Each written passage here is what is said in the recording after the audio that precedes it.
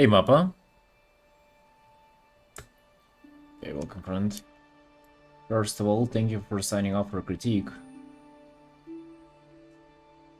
Um, yeah, are you going to be fine with me doing it at the end of the stream? So like on the 3 hour mark? Basically in 3 hours from now, you're gonna be here?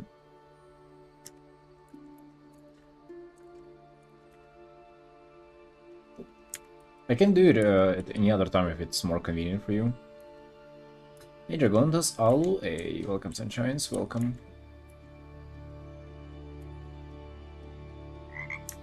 Yeah, for me, like in 3 hours, whenever I finish this, works the best for me. So if you're fine with that, that's gonna be perfect for me. Like absolutely ideal.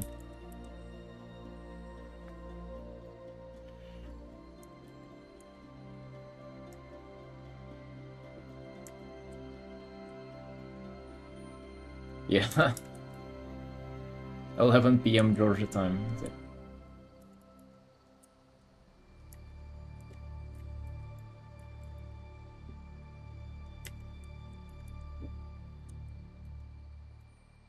That's actually gonna be great, having critiques on the stream.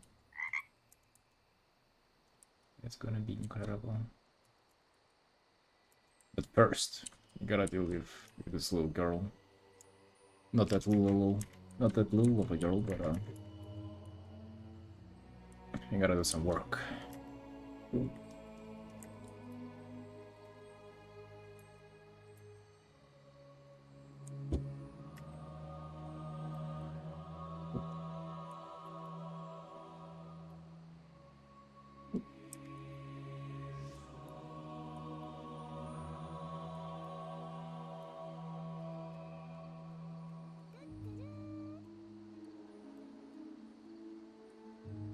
So what is everybody up now?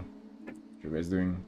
By the way, Mappa, can you send these in the chat there in Patreon?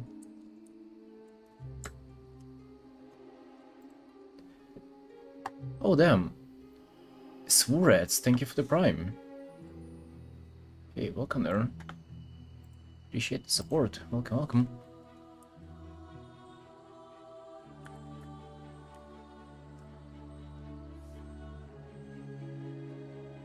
Then before you even type a single message.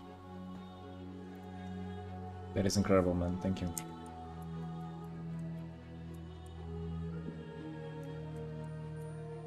That is how it's done. Nice.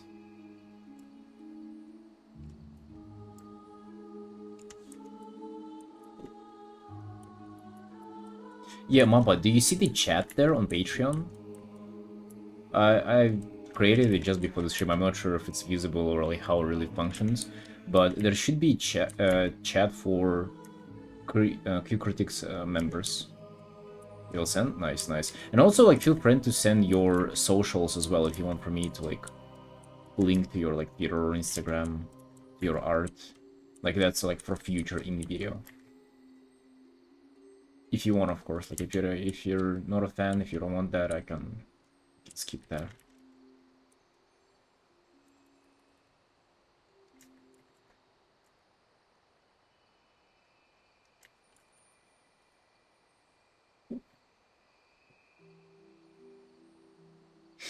One of those peeps, as of like people who trying to artists who trying to build a social media. What, you're looking down on us nowadays? Nothing wrong with trying to build your social media. What you mean?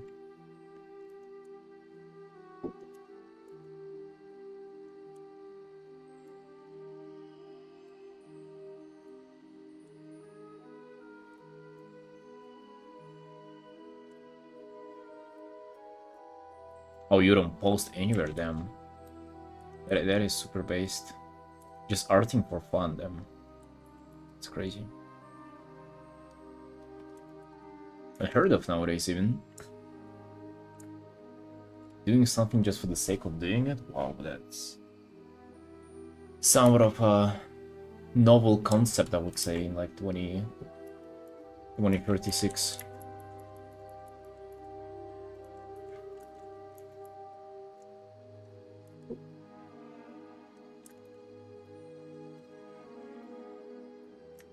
You have quite a crazy like skill level and the level of commitment for like for not wanting to make it a career. That is like super impressive.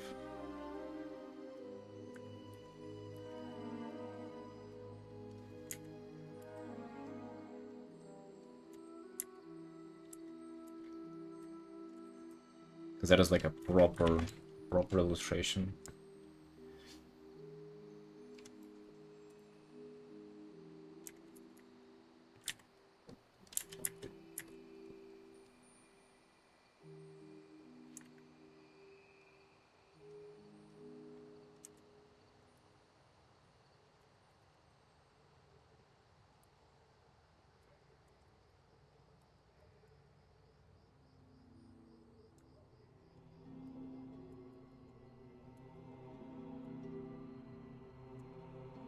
To get inspired by playing games or D&D or something? Yeah, that makes sense. Makes sense. Still though, you know, like most people get inspired by playing games and then guess what they do? They pull a full matter and play more. That's what I used to do. I can admire that. I can admire doing some arting.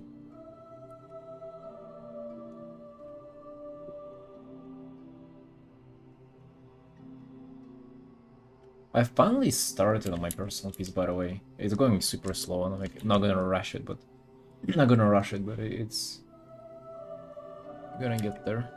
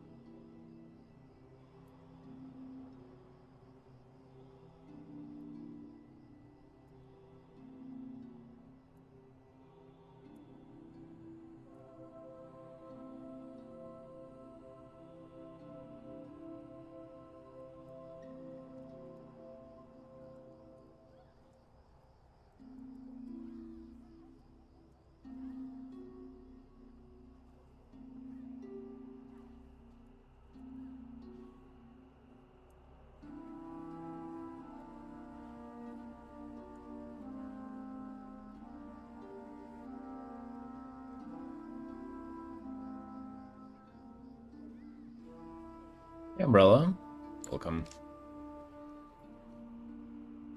I'm doing well, friend, and how are you? Have you started with the background since yesterday? Um, I mean, I've darkened the bottom of it. We used to have this light. And then I like this more, to be honest. I don't really feel like there's a need for anything more here. Like, I will just kind of gently make it better and like make it fit into the piece better, but I feel like it's almost like it's enough. I'll like can define the feathers more and everything. I decided to kind of like focus on the rendering more if possible.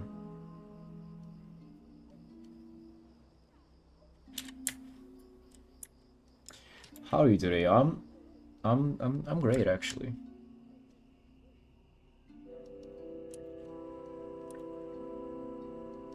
Yeah, like in quick illustrations, a solid background is such a like it's a difficult thing to pull off, basically, and it's only like very little pieces that I managed to do that in. With orcs, it was kind of, I would say it was pretty good on the first and the second one. On the third one, it was kind of, it really looked forced, at least to me. And like, well, most of my big commissions are with no background, like, you know, this, like, no background pretty much. I mean, no, like no scene in the background is what I really mean. It's only the couple of last ones whenever I really try to implement that. I don't think it's necessary, honestly. I mean, if it fits and like character came out like super easily, then it's great, and I have time for that. With this character, I did struggle somewhat a little bit. Just due to the hammer positioning, and you know, I was trying to go for like some kind of interesting pose. Kinda, it's getting hard to innovate after so many pieces. Hey Danny, is she a good drawing session? Yeah, you too, friend. You too, thank you.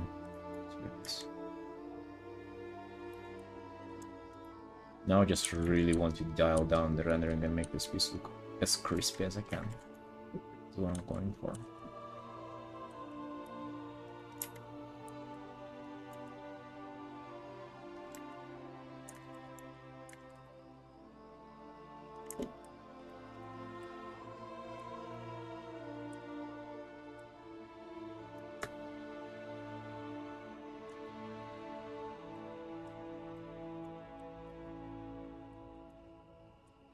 I can still make the background kind of be more than just like a gradient. I'm gonna do that for sure. Just emphasize more on the shine and kind of like make the rays a little bit visible, so to say. Sometimes the background can take away from the character. I completely agree. Let's see, have I had that happen? I probably have had that happen.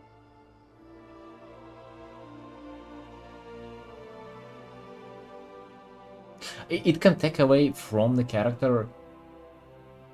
And you know, like, example of that will be that I'll try to like put more attention towards the background and I end up like underappreciating the character in the piece. That has definitely happened. I guess like this piece was like that. This is a year ago, so I tried to make her like run through the battle scene or something, and it's just like, dude, I should have just focused on the character.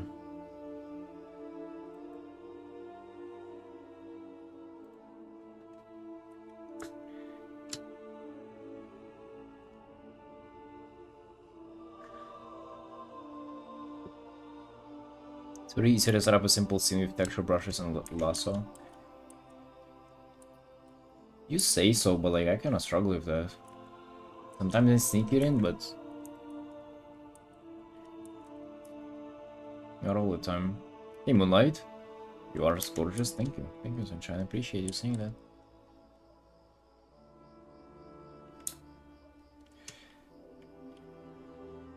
Close value shapes. I agree, and I've tried to do that like on this piece for a little bit, but then it just kind of seemed a little pointless, you know. Like you can have a scene here, but like what will it do? Will it like? First of all, I kind of don't really know what would fit this.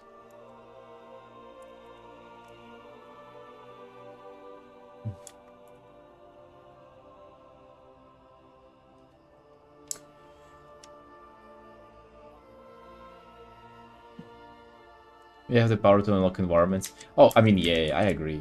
I mean, I love environment art, and like I do, like I always do backgrounds. Even like the background like this is better than none. But yeah, like even recently, like I know what you mean. I don't know if you've seen me work on like this piece, literally a couple of days ago.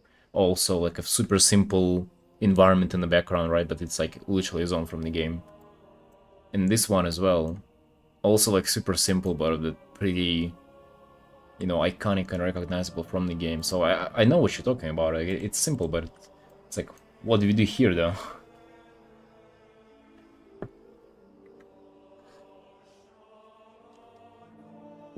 What brushes do you use? I only use one brush, and if you want it, you can find it in my Discord.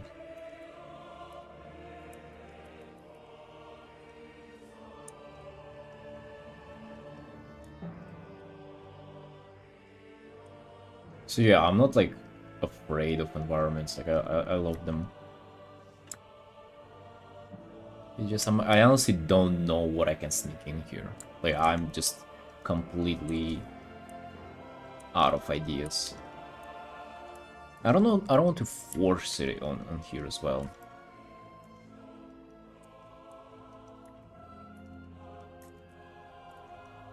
Maybe we'll just add some like nicer gradients and call it a day.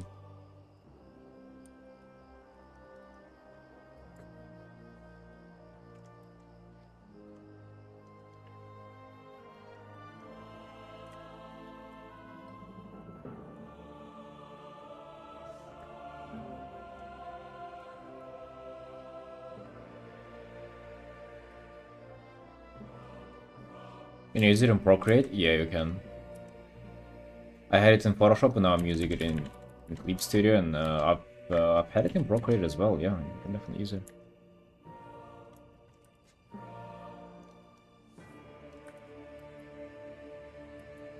It's a very specific brush. It's kind of like, it takes some time to get used to, but I love it. I use it for everything. I love it. Also, I've rediscovered just like shading with just raw black instead of using like a multiply or an adjustment, any kind of adjustment layer. That's kind of vibes. I love doing that. Gives me exactly the result that I want.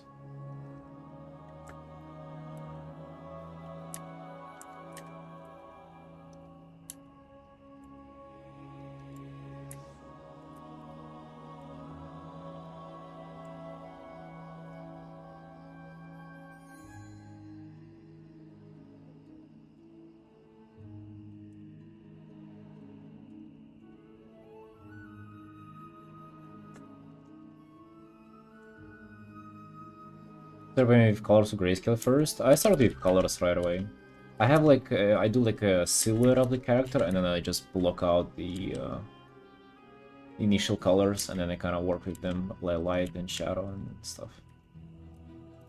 I kind of paint from the shadow to begin with, and then I do light on top, so you can like see me doing it.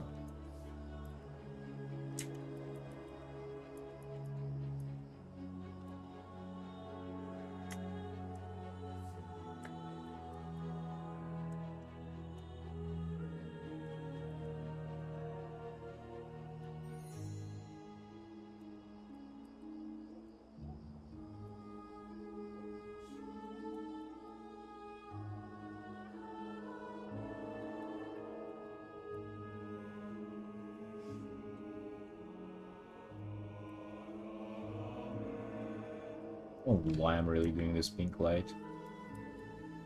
And it feels like it will be better here to do.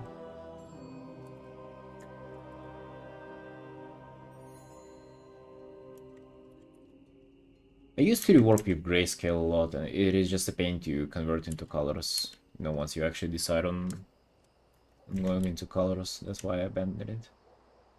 But it's actually super enjoyable, at least at first. No, I mean, this is color dodge. I use color dodge quite a lot.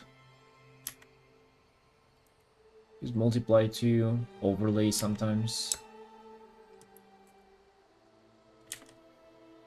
But you know, nothing tops painting with just a raw, normal layer.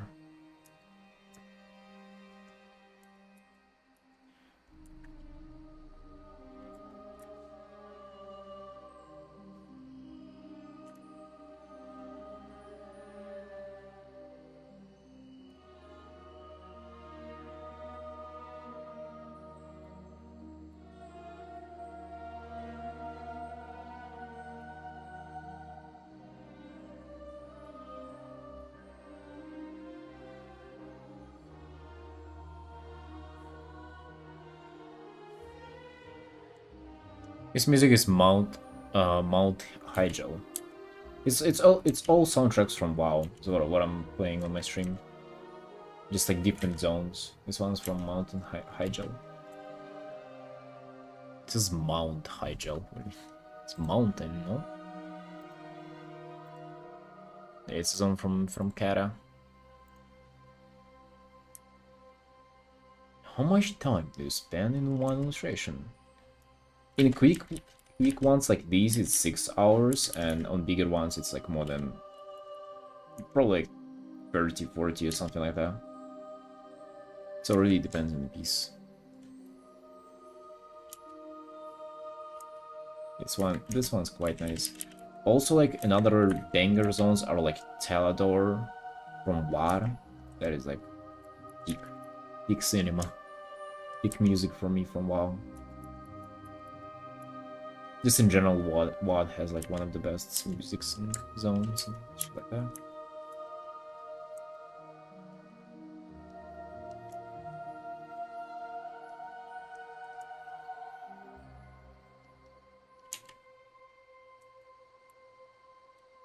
So yeah, we're finishing this today, by the way. Started this just yesterday, did 3 hours, and then the rest is today.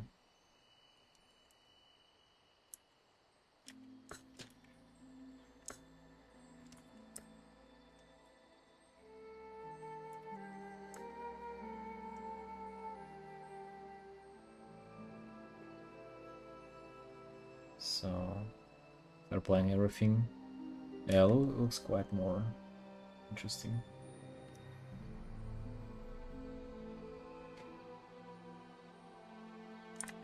This is the same here.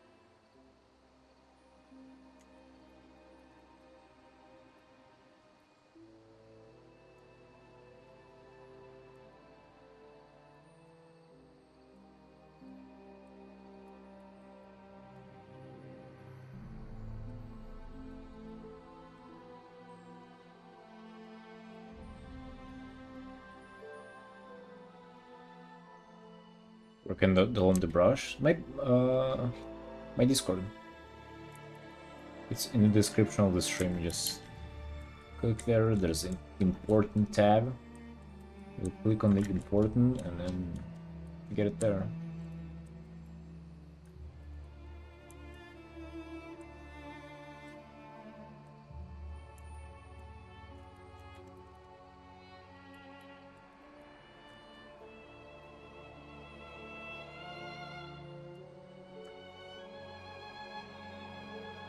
You're welcome.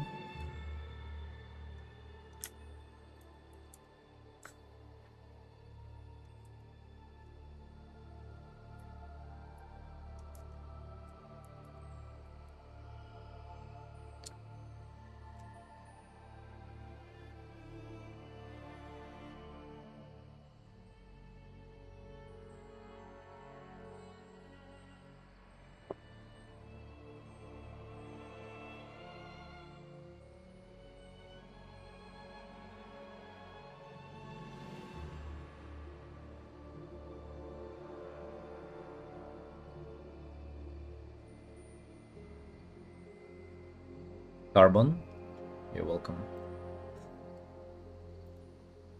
Welcome to the stream, friend. How are you doing?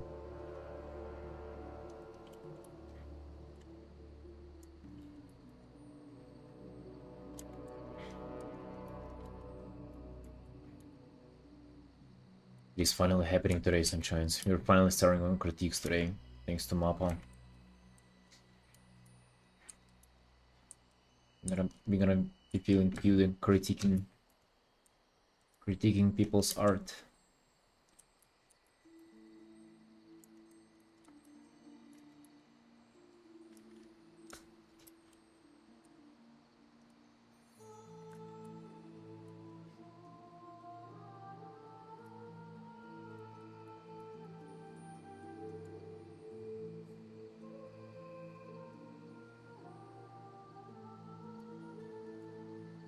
So on the back of your hand, yeah.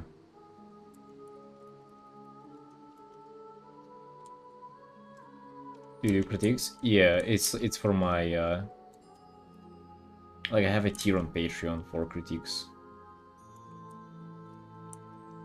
So yeah, you can get it if you sign up for my Patreon. It will be critiques and paint over every month.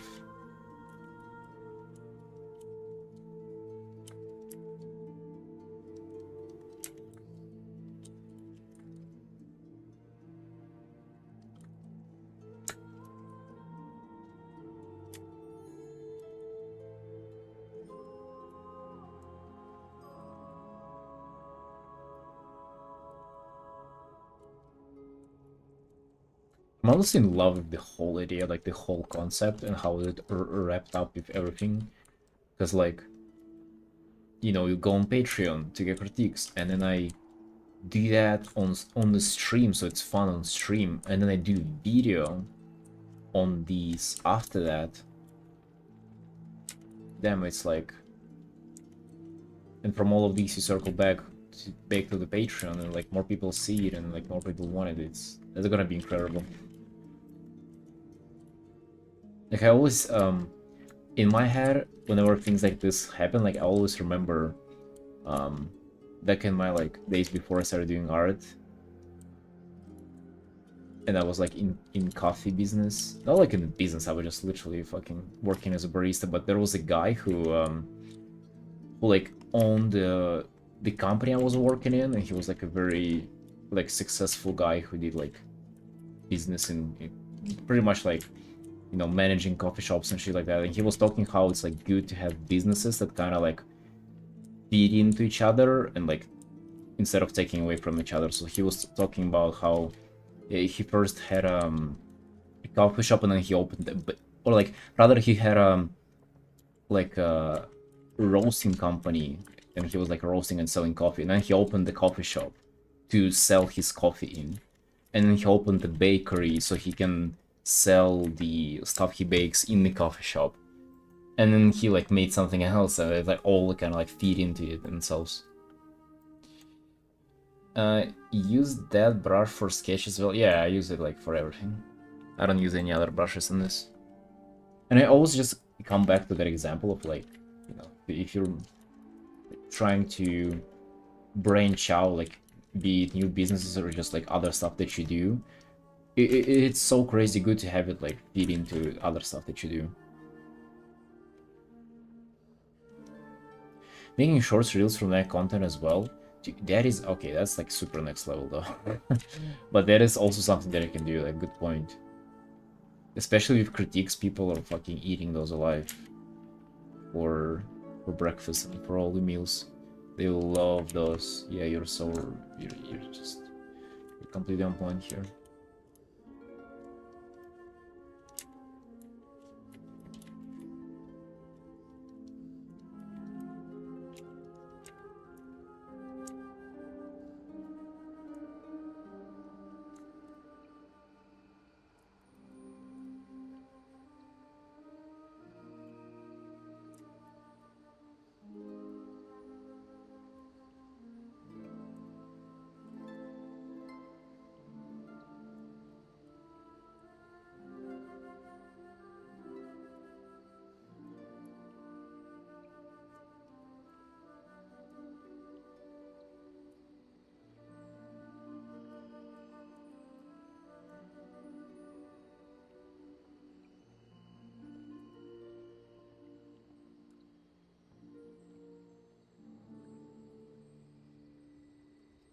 Just start doing commissions.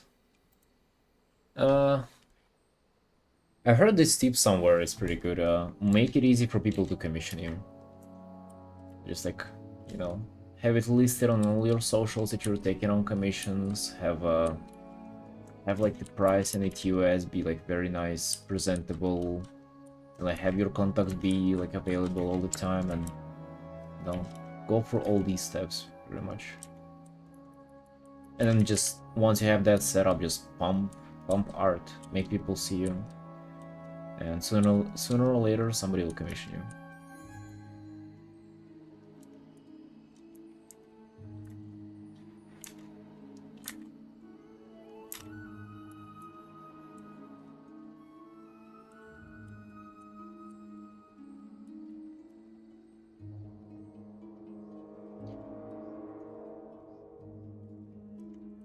Yep, there are discords for that, there are platforms for that.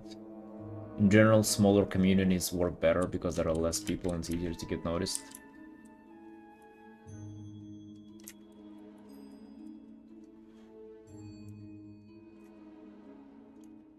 You can do it, you can definitely make it.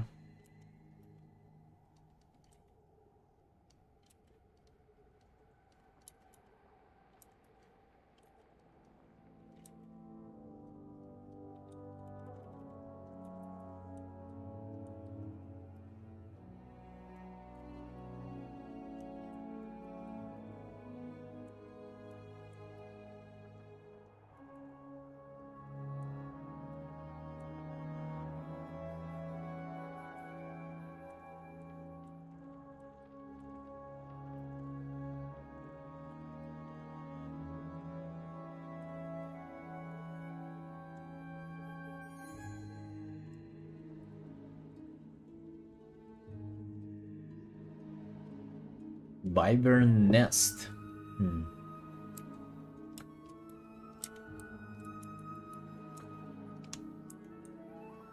I feel like I know the art commissions. I think I'm in that one.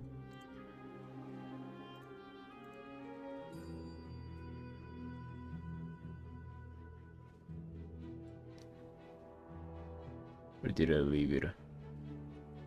Oh, I must have quit it. Oh no, does it have like a green winking robot as a profile picture? Is that the one?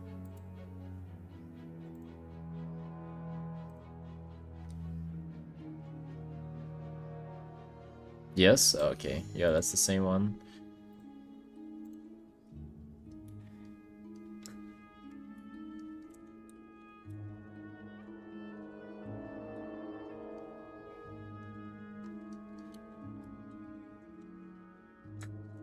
Yeah, it's actually true for myself as well. Like, I know that there are such things as those discords.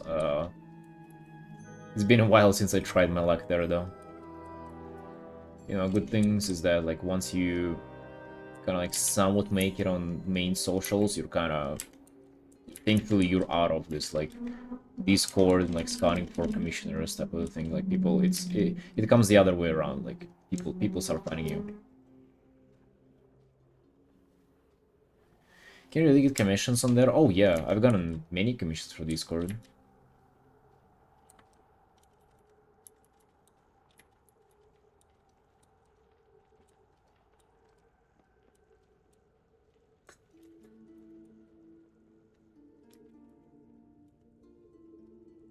It's real, it can happen.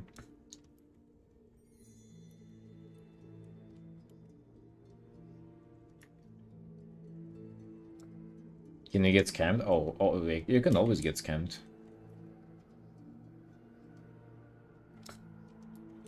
Link to your Discord? Not in my Discord. In my Discord, I doubt you'll get commissioners. Mostly artists who are looking for commissioners. If you want the link...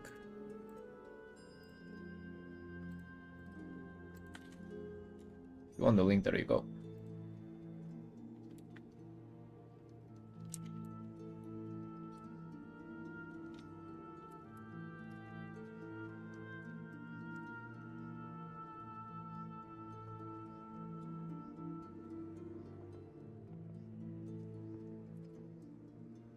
If someone wanted to get a commission, they would probably reach out to artists directly. I mean, you wouldn't be reaching out to people on Discords. You'll be just posting your stuff there additionally to all your socials, and then like people from Discord will reach out to you.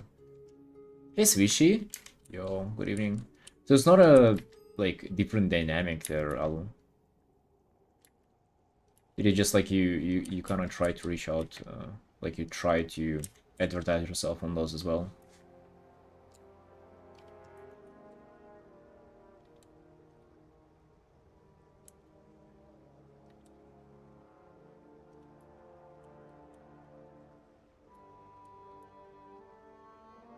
Joined? Yeah, you're welcome. Yeah, you can get the brush there if you want, or you can post your art there as well. The Discord is nothing massive, by the way. Like it's, I try to keep it super simple, like as simple as I can. It's pretty much just like keeping up with the streams. Keeping up with mainly the streams.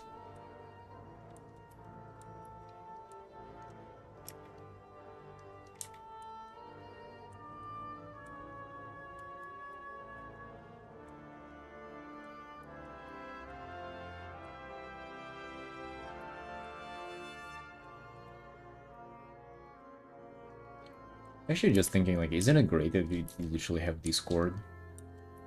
Do you guys realize how difficult it probably was to manage your community before the Discord time? Like, what would you do? TeamSpeak server? God bless. And the fact that your Discord is simple, oh yeah, like, I hate whenever you join a Discord and it's like, oh, sign up here, and like, toggle react to this message that is like 10 paragraphs, react to it in a certain way so you'll unlock certain channels that you need to belong to, and also proof this and proof that. Oh my god, dude, get out of here. And read the rules and react that you read the rules. Get out of here, dude. I don't want to be reading the rules. Let me just exist. Reading the rules. Bold of you to assume that I can read it all, huh? What is it? What is it, a library now, huh? Didn't start doing art to be reading things, let me tell you.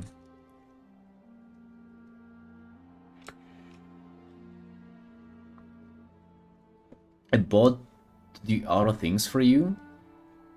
Like, what do you mean, like cook and like do dishes? Like, is that a thing?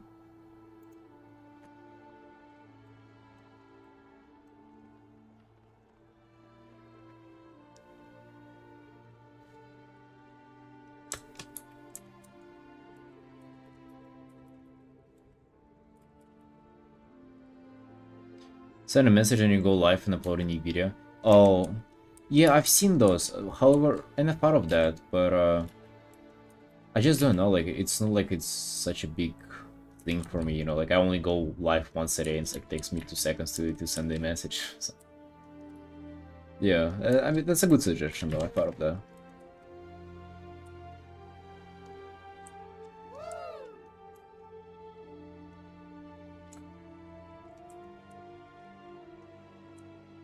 Maybe I'll do one day. I'm very like slow when it comes to that.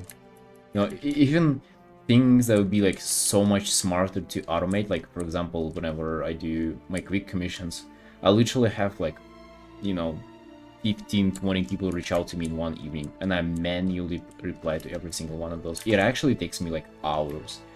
Meanwhile, what I could have done is I could have created a Google form for them to fill out, and like with all their information and the character reference and everything, and just like streamline the process. And I just don't want to do that. And I've been doing that for over a year now. Just like manually answering to like 30 people.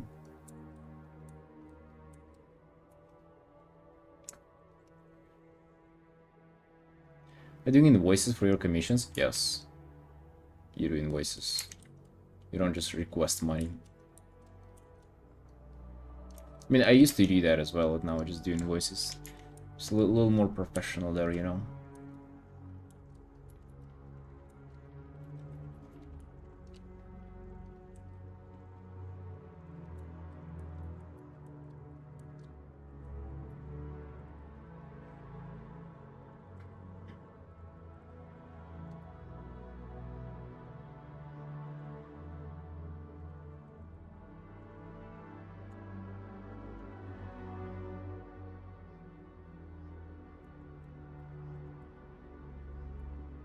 It literally takes the same amount of time. Like making an invoice is no more or less complicated than like sending just a payment request.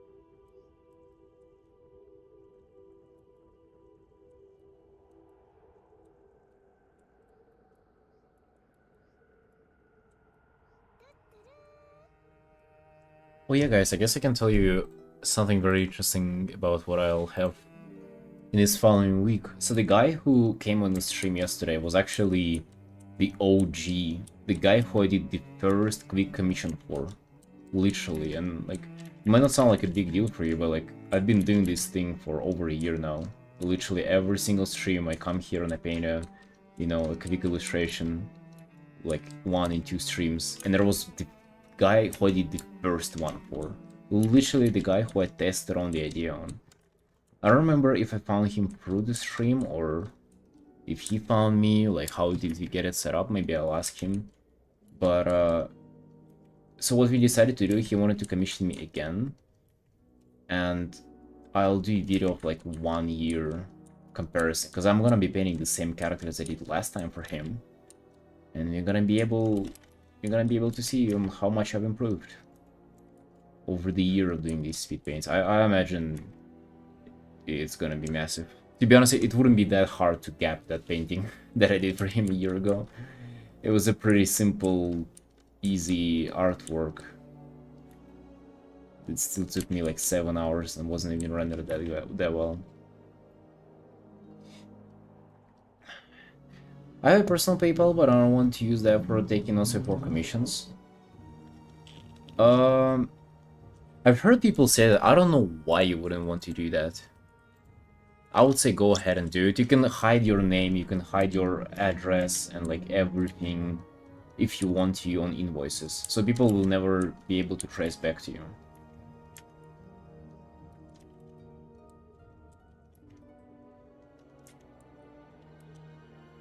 To be honest, like every time when I hear stuff like that, it sounds like a cop-out to not be doing the, you know, not be forcing yourself into doing commissions. Not saying that you're doing that, it's just like the way it sounds. Not safe work is against the TOS for PayPal. Oh, dude, how do you feel like? How do you think people are getting paid? You're not gonna be linking your art there. You're just gonna be typing like, you know, Mr. Umbrella Art Commission, and it's gonna be that. Like, who cares if it's not safe work or not? I mean, I certainly get what you mean, but like, how else would you like accept the payments?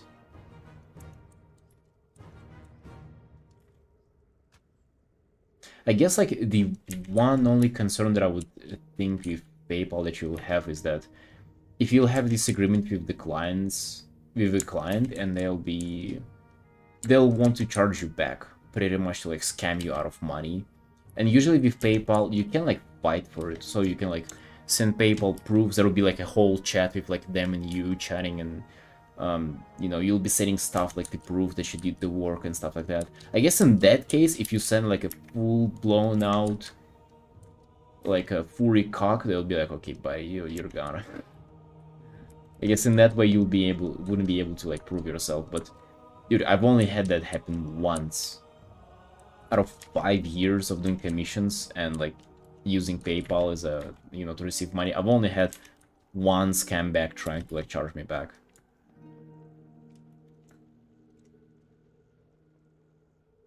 Hey Chia, you're welcome. I'm back, bruv. What did you get, Swishy?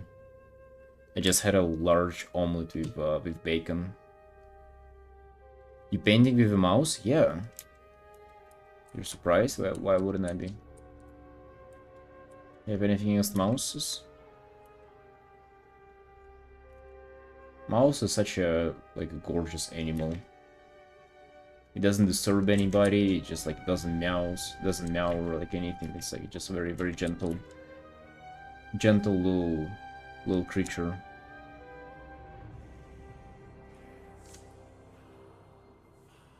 Going to look into coffee or Stripe. The reason why everybody uses PayPal is because everybody uses PayPal. It's not like it's better or, you know, or worse. It is so widespread that it's basically convenient for the commissioners. Not for the artists, it's for the commissioners. That's why we do it.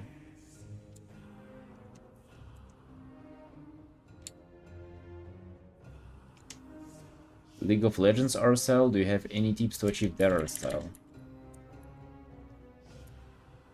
Like, I mean, I don't know, study their art and try to follow it.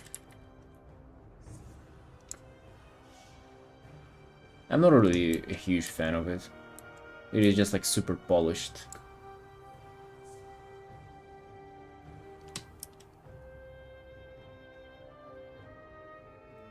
I can barely hold a pencil.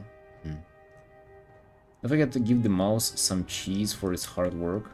Yeah, I feed my mouse as well. I give them expensive the door blue cheese with the mold. I really like that one.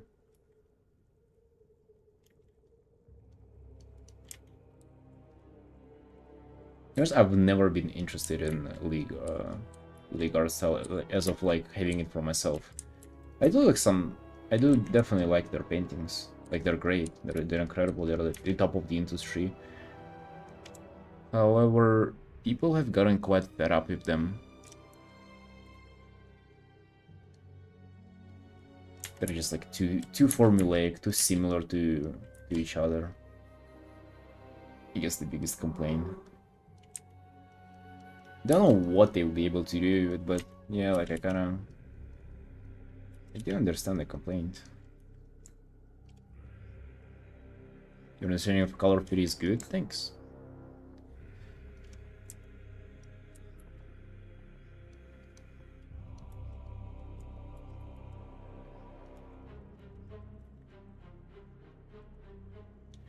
Thank you.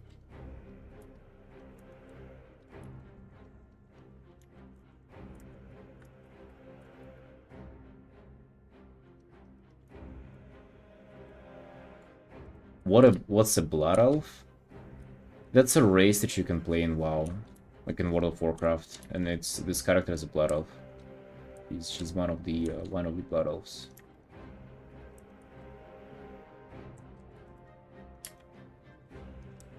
Just like a type of an elf, you know. Don't really dig too deep into those.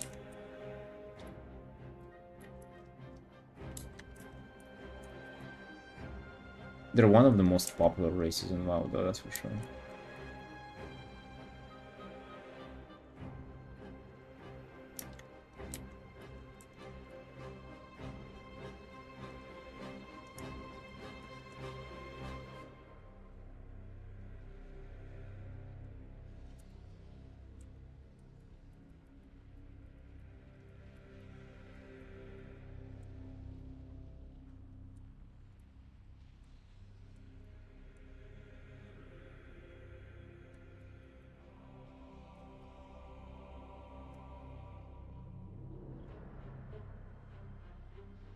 Kind of stupid, makes sense. I don't know what it is, bro. You've just never played WoW, probably. Doesn't make you stupid.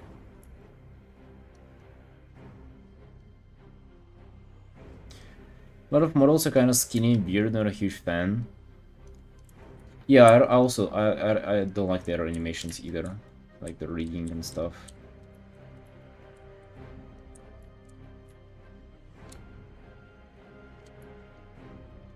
Hey, Laura, welcome. Yeah, nothing about being stupid. Come on.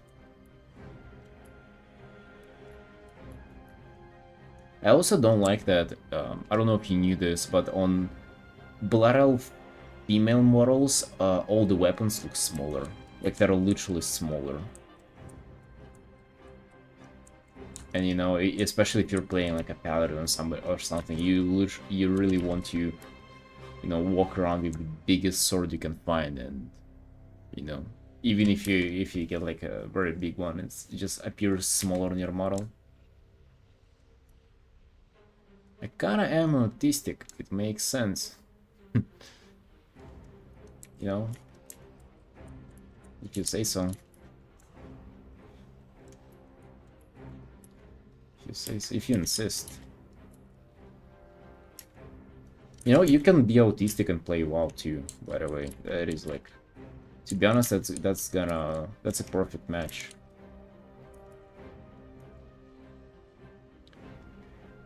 Poor, I don't play anything. Yeah, WoW was actually quite expensive. I mean, it's 15 a month.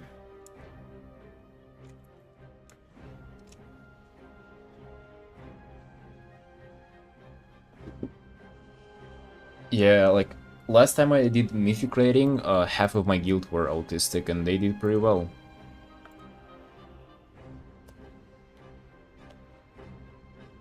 They got along quite well too.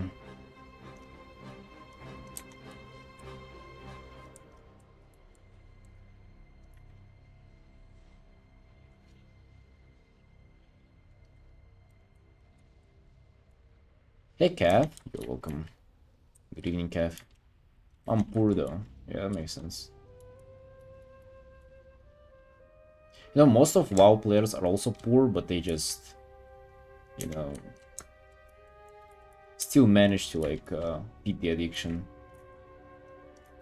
You know, like you're super poor, but you'll still find money on cigarettes, that kind of stuff. Yeah, very common with WoW. Honestly, I'll prefer you spend money on WoW rather than cigarettes. Probably cheaper too, and healthier.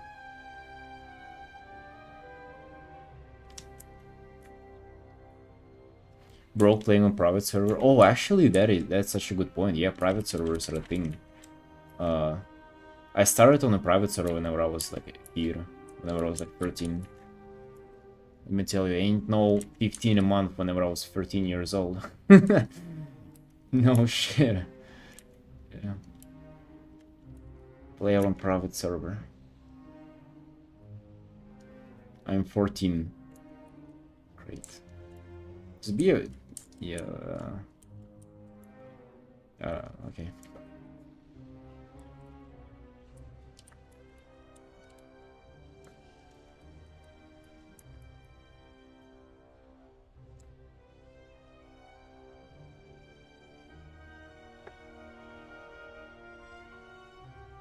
I'm a League girly. I feel like I'm in enemy territory right now. That's okay. Everybody has played League at some point. I did.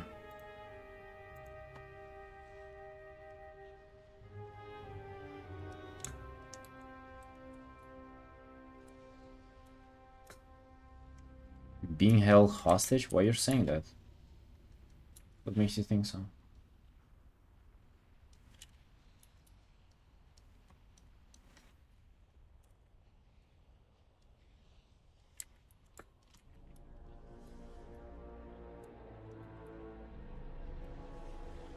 I'm glad you forgive my sins. I don't. I just say that I was guilty of the same.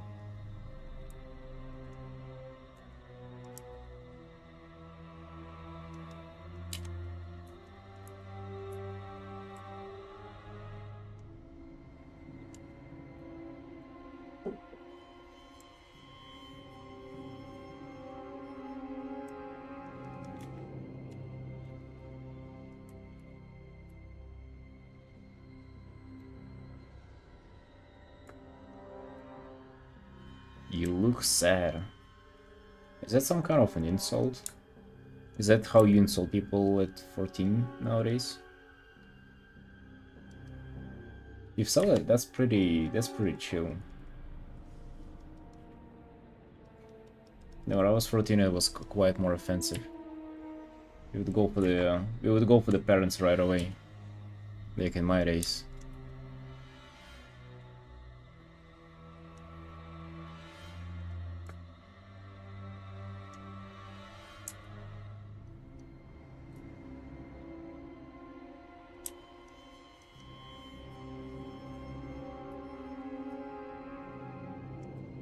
Spicing up the background looks a little better. Whenever it's not just black. It's not what I meant, sorry. How many exclamation marks did you type? 1, 2, 3, 4, 5, 6, 7. Sorry with 7 exclamation marks. You really are sorry. Yeah, no worries, bro. I'm not offended. Don't worry about it.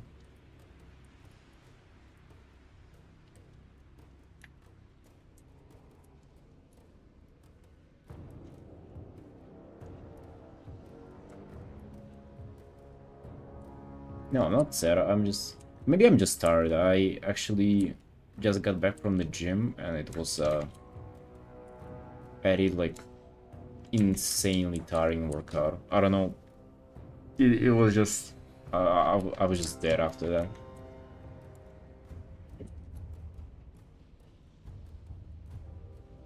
Completely exhausted. It's... Every time I do heavy squats, I'm just like dead afterwards. Like like physically dead.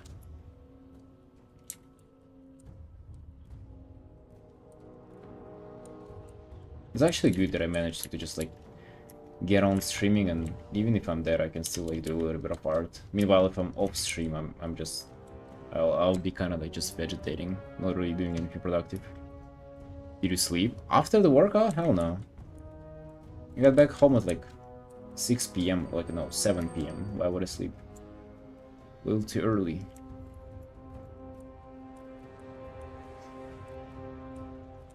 I'll go to bed at like in like 5 hours or so. At like 2. I go to bed at like 2 in the morning. Where do you guys usually when do you guys usually go to bed? Like what time? Any people with proper schedules here, huh? I used to be the one that goes to bed at midnight. Not anymore. 2 a.m. gang. Lucky if that, if that even.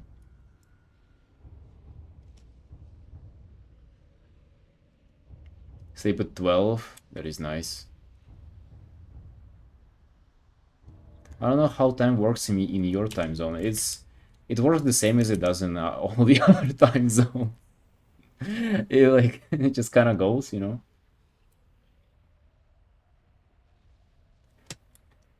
Yeah, going to bed at 12 a.m. is goated. That's like the best.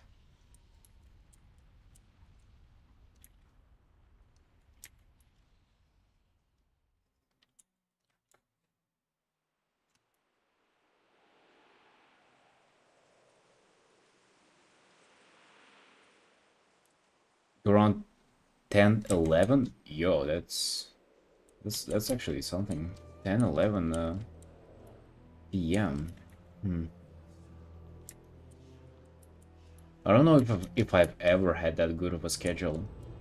Like, ideally you would go to bed whenever it gets dark, right? Just like circadian rhythms and stuff like that, and you would wake up at like, I don't know, 5 a.m. whenever sun gets up.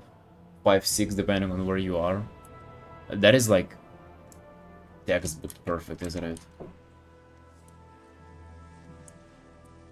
Imagine actually doing that. Imagine min-maxing the most important thing that you gotta min-max in life. Couldn't be me. I would rather min-max something in WoW. Is there a lore beyond where they call Blood Elves? There definitely is, I just don't know it. There is so much lore in WoW, and it's, you know, most of it is not good.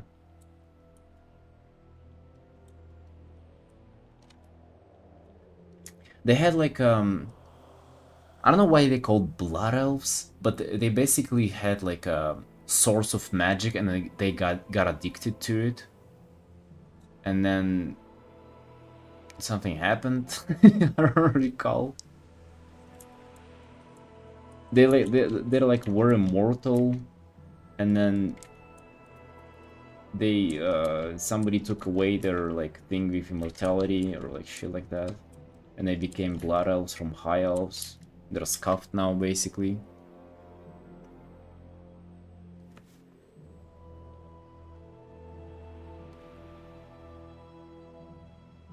How many letters do you have? You can see them. You can definitely see them on the screen, dude.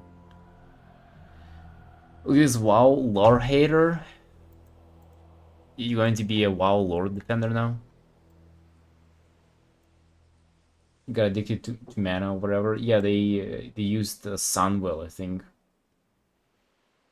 to have like immortality and shit. And then they got corrupted, right? By fucking aliens. No, not aliens. By demons. Dude, are you going to be defending WoW lore? It's always been dog water. WoW lore is a giant rabbit hole. It is just not good. Like, and alright, lore is like sorta alright. For some stuff, lore is pretty good. For the others, it's bad. And however, WoW storytelling is like beyond terrible.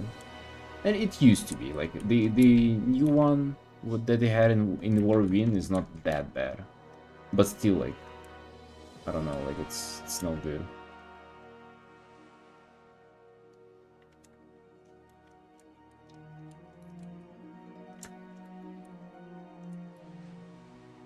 I don't see a reason to just sugarcoat it, you know, like walk around the words there. I mean, I love the game, played, you know, draw characters from the game all the time, and like it's a huge part of my life. But I'm not gonna be sitting here saying that oh the lore is good then. No, it's dog water.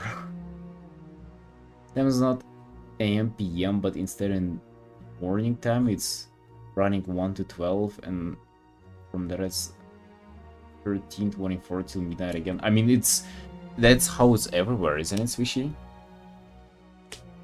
That is like just different metric. We can also say it like that. So like right now it's 19, like yeah, 19 or 8. I just never heard anybody say it like that. Everybody just say like at 9 p.m. Oh yeah, it will be 21 and it's 9. A little subjective on the quality. I like the earlier WoW lore.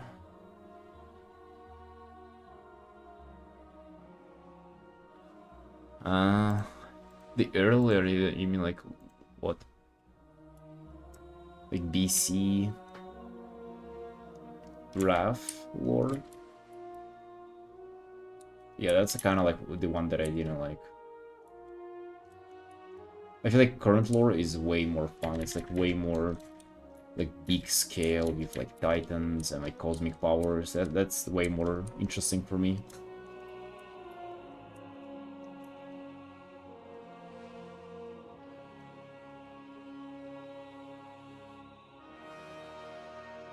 Never played WoW, as people always told me a subscription is expensive, but looking at it yesterday, it's not really expensive, so how do we try it?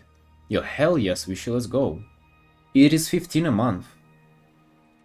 If you, like, it's even cheaper if you buy, like, you know, yearly or whatever, like half a year stuff. But it's 15 a month, like, I don't know, to me it's super worth it. However, be wary that you also have to buy expansions too, like if you want to play the modern version.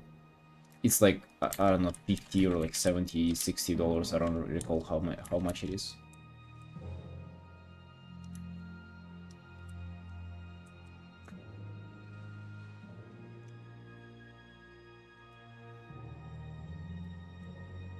Hopping frog animation? Yeah, my friend made it for me.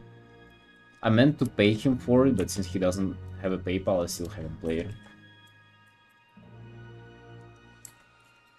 A very good deal that we had. Still owe him $20.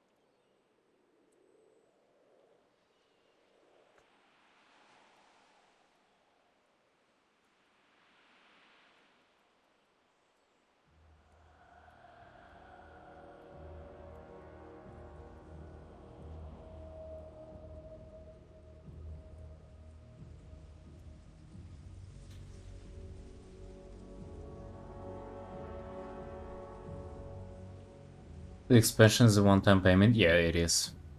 It is. They also go on sales sometimes, so you might get even like for 30 or something. I'm not sure. How is he holding it if on one arm? Like, what the fuck? Does it bother you? Also, she's like resting it against her shoulder, so it'll be easier. That on the buckle looks really nice. Thank you. It's super rough though currently, like still haven't gotten into it much.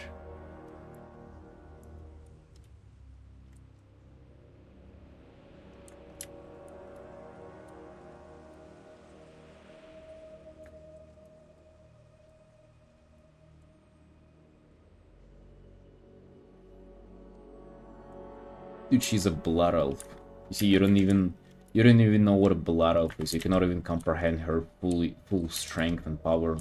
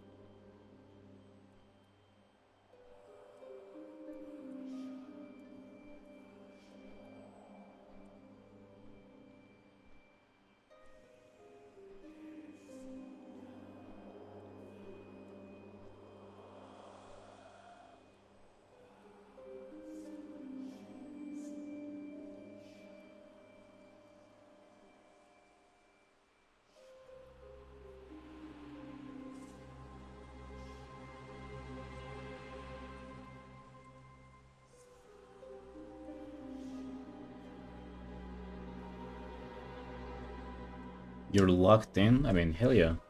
Gotta look in for this one. Hmm.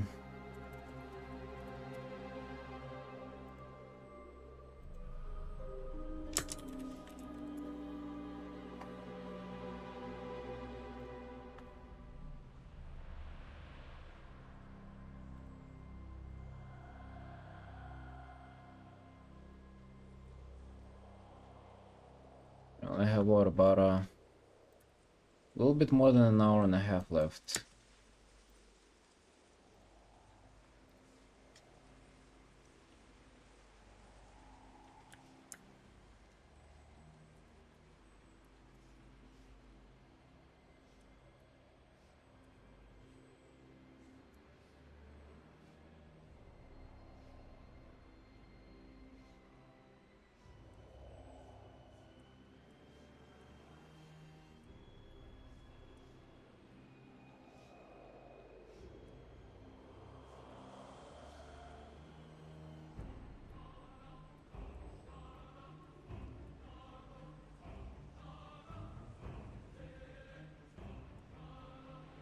Yeah, I think I'm giving in.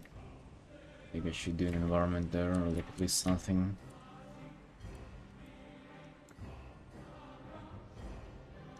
What do you find the references for your drawings? I mostly just use in-game models for character references. I don't use anything for poses and stuff like that. If I want anything specific for the background, I usually use also like just a screenshot from the game and stuff like that. So I use very minimal references. Yeah, Pinterest does seem to be cursed forever. However, I don't know. People say that they kind of get rid of the AI there.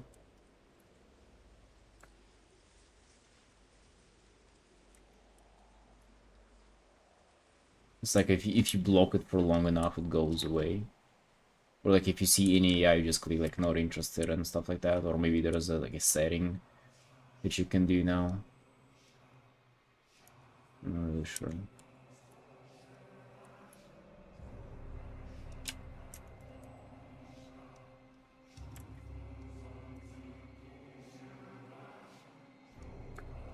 Soundtrack in the background.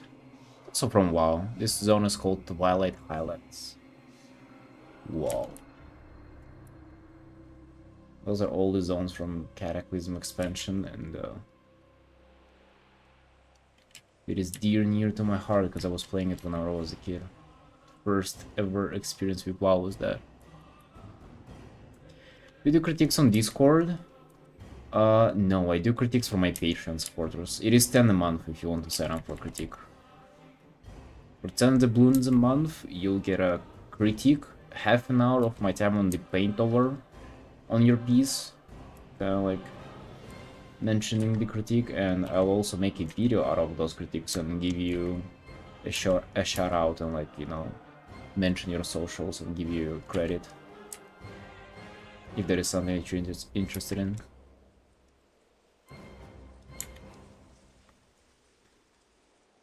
Is your brush on the important channel? Yes, it is. Hey, Mr. Ludster. Bye, Mr. Frog. See you, Chia. This is your style since the beginning? Oh, hell no.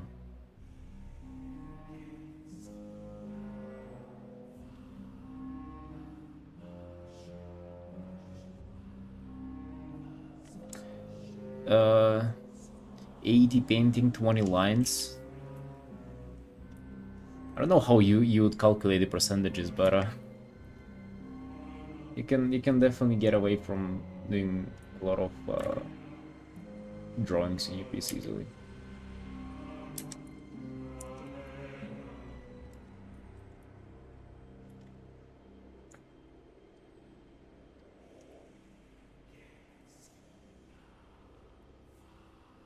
What's the strongest race in WoW via lore? Vulpyros. Vulpyros are the strongest race.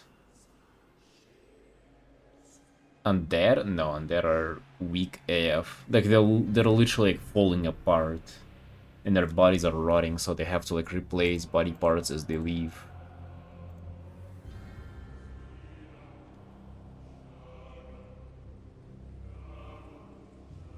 Yeah, but Vulpyros are the strongest race.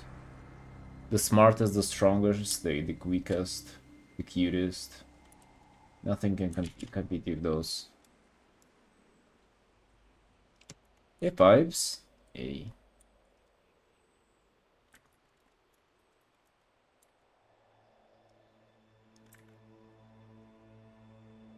Vulpyro lover too? Unlike and unsubscribe. Oh shit. Sorry. Hands up. Goddamn Vulpyros. I'll have to paint like a Vulpyro commission is coming up, by the way. Vulpyro alert. Their only horizon. You'll have to paint Vulpyro soon.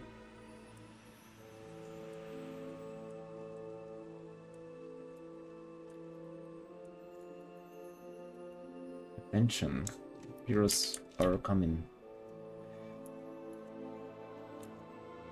The next one is gonna be undead though.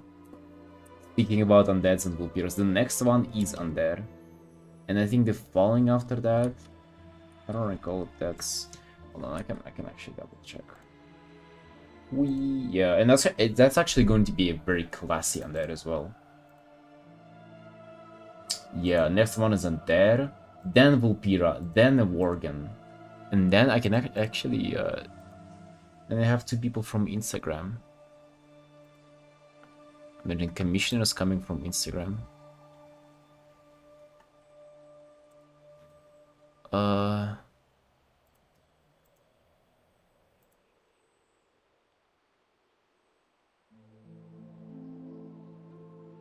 Tauren Druid? Holy. Alright, pretty much another Fury. So 3 Furies in a row, a streak. And then... Oh, and then a Blood Elf, a Demon Hunter. Okay, that's something. And then what? It's gonna be a Death Knight, but they're gonna be very classy. You're gonna see that. Oh, damn, Demon Hunter is actually quite based. Very lactic, very orangey.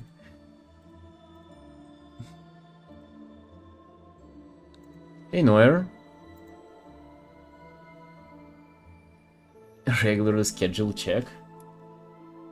Nice to see you. I'm doing well, thank you.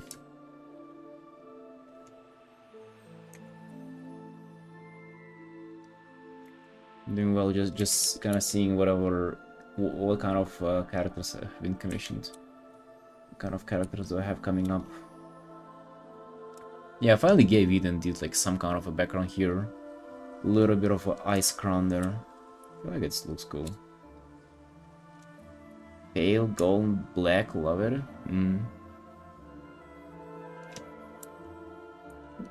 Yeah, this piece is coming along together pretty nicely. I'm not sure if I'm completely satisfied with the folds and just if it clicks together, but I do like the rendering here at least.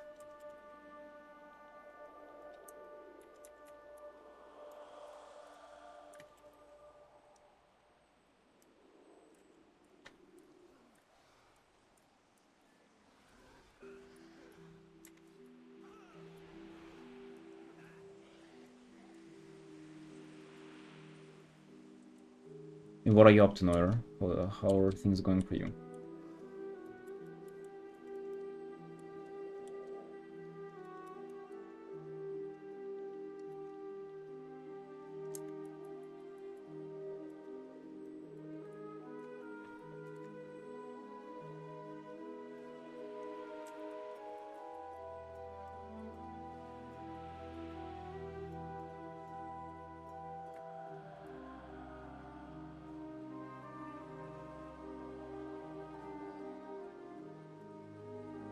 Batch out today. Last night I only went to bed at 6 AM. Holy, at 6 AM? Yeah, that's something. Went a little crazy. Went a little crazy there. I went to bed at like 3:30. But, you know, I was working out. I intended to go to bed at 2 in the morning, and then there was a sudden workout that has popped up. 6 AM though. Damn. I actually remember staying up like to 6, 7 AM back in my school days, and the sun would come out. That's how you know that like your gaming is all out of control. Whenever you're staying up so late, the sun is up.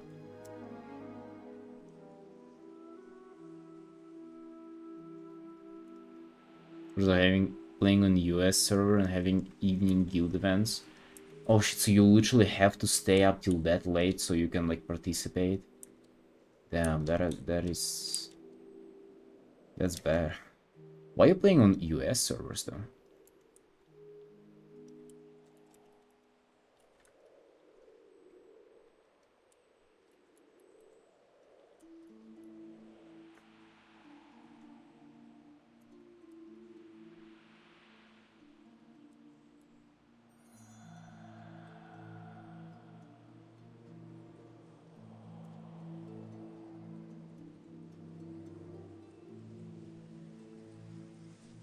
Your friends just joined it, stayed ever since.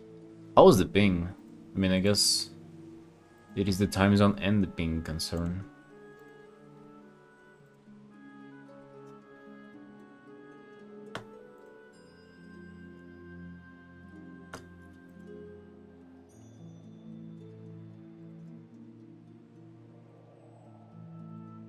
Wait, what the hell, Aura? That's a really good painting. The last one that you shared in art share is crazy good. Gives me quite strange vibes.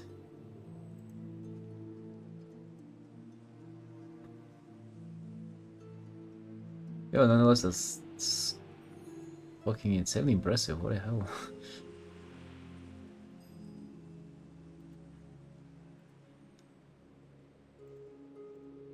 Have you like? I don't know. I don't know if that's appropriate to ask, but like, have you done it yourself? Like, it just at some places it looks like it was like painted over or something. Maybe that's your technique. Based on biblical story of Salome. Yeah, but I mean like the image itself.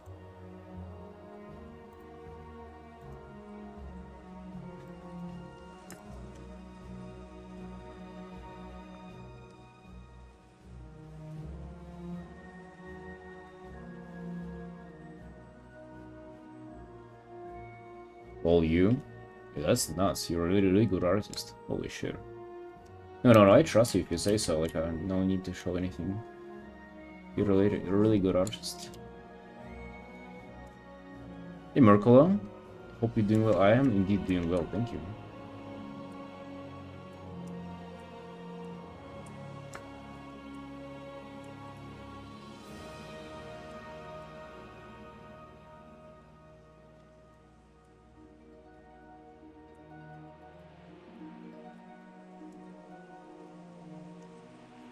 Elanchar and Yarchar is insane. Yeah, like there are a few people on my server who post their art, and I'm like, holy shit, you should have been there at Discord here. No mind.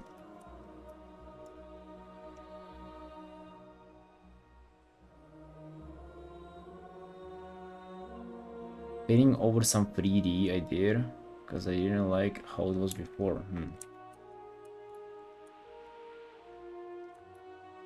That is still legit though. You make your own 3D and you paint over it. It's legit.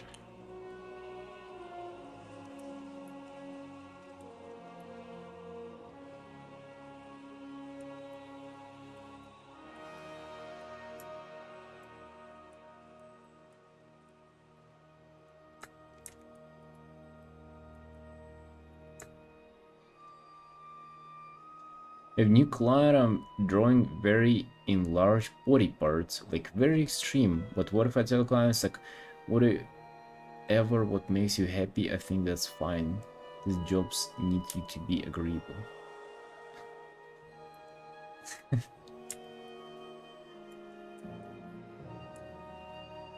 I know exactly what you're talking about, by the way, about like the enlarged body parts. Yeah, it's very fucking common in the like not safe work art area.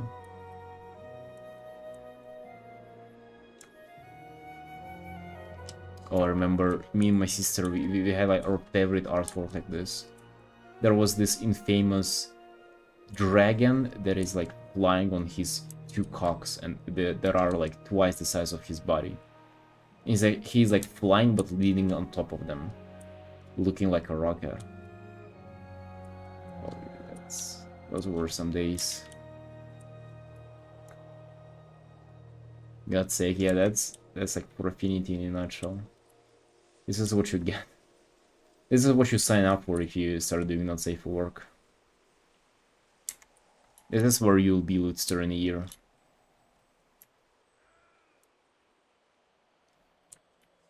Creating these kind of masterpieces.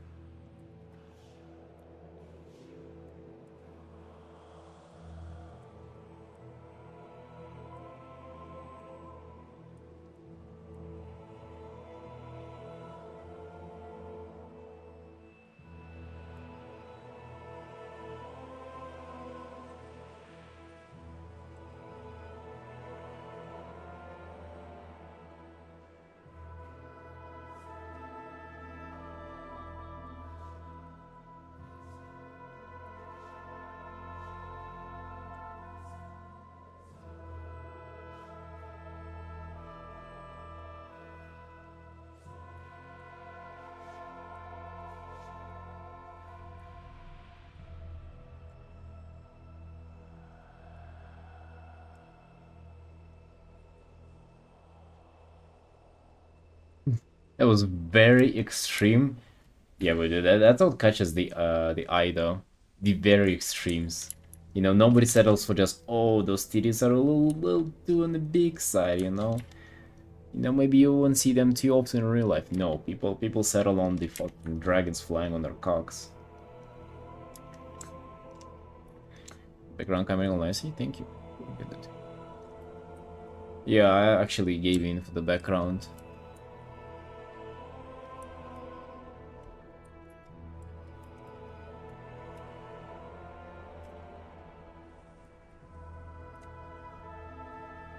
Gave in for it, maybe little snow particles, you know.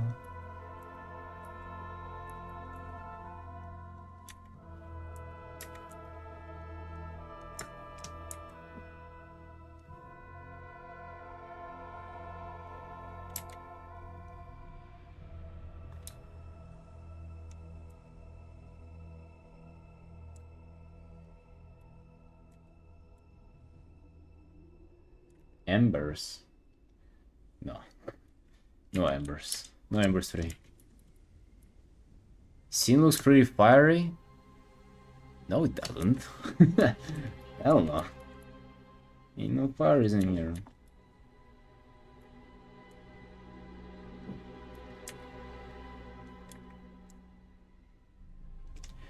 Why is her hair looks a bit green? Is it the light? My hair? My hair is actually pretty crisp. I should oil it up a little bit more. It got up after the shower. No, it's no green. I don't think so.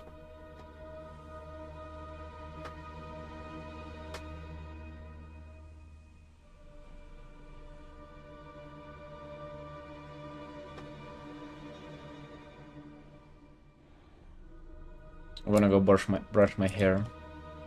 I'll be right back. You know what I'll do for the break? I'll put this. Take a look at this extreme speed paint. Right, be right back.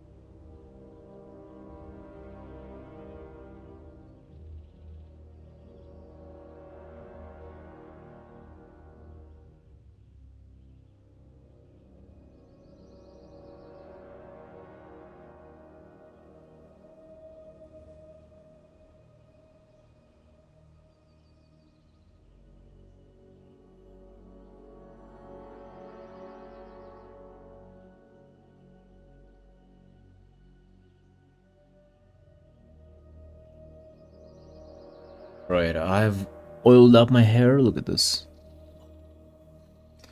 Just a little bit of coconut oil, and we're feeling cute again. Let's go.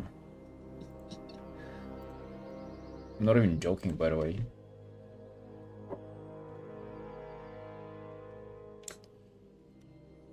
You made him insecure about his hair? No living person can ever do that. That'll be impossible.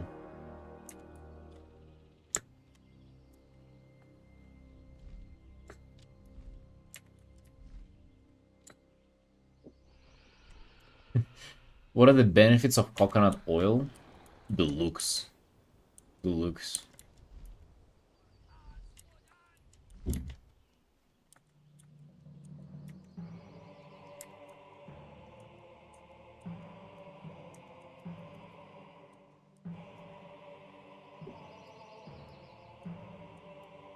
Also, very slight, but increase in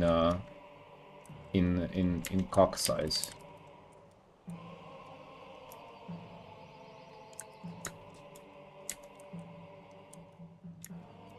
But mostly the looks. Thank you, Tsuna. Another beautiful piece. Thank you, thank you.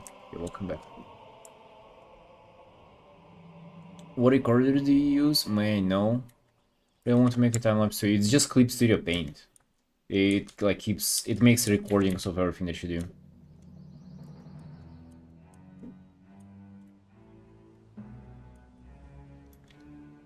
What? You heard it.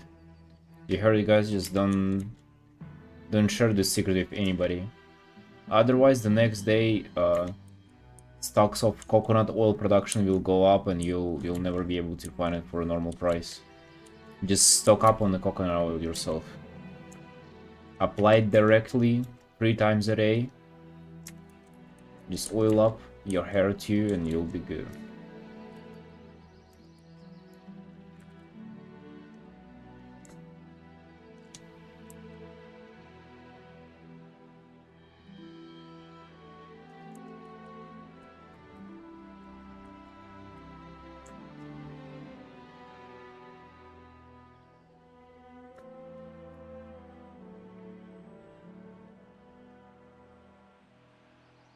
Have you ever had a girlfriend that cheated on you? How did you find out? Oh shoot. No, I haven't. That must be heartbreaking.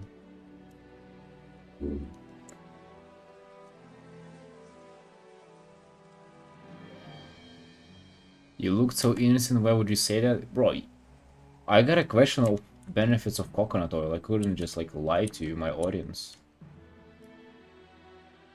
I have to let them know what it's all about. I have to let people know what it's up with the coconut oil.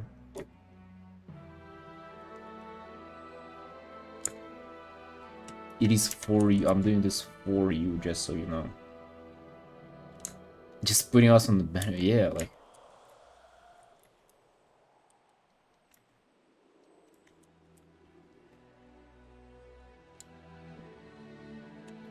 Why are you asking that, Marco? Have you had an incident there? Or like you're suspecting that?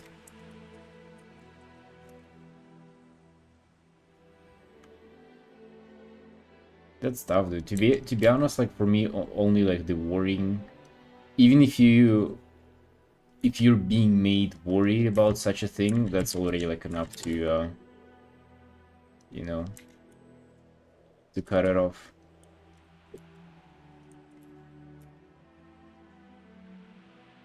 Have cheating insecurity. Yeah, you might need to like dig into if that's like your insecurity or if that's the person. Because like if they're fucking with you, then you don't want that kind of person around you.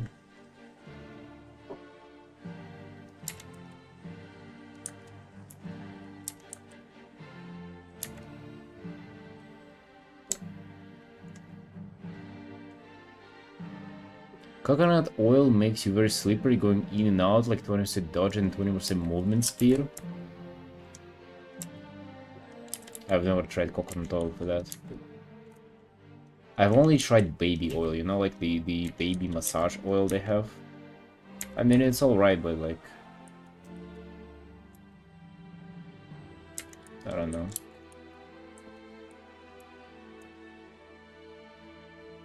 Where are you getting the numbers from? Dude, like, we're very serious people. Just so you know, like, every time there is something out there, we measure it.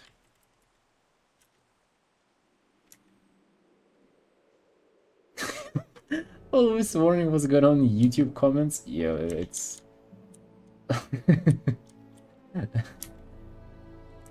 Somehow they're at the same time kind of like more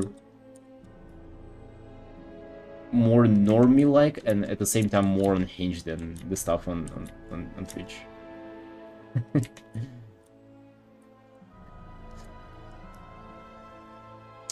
Paper, she seems perfect, but it's the little things that trigger me. I mean, maybe they just like spill it out then for her. Just like, you know, confront her, just like forward about it. Just lay it all out and see like, oh, I suspect this and this.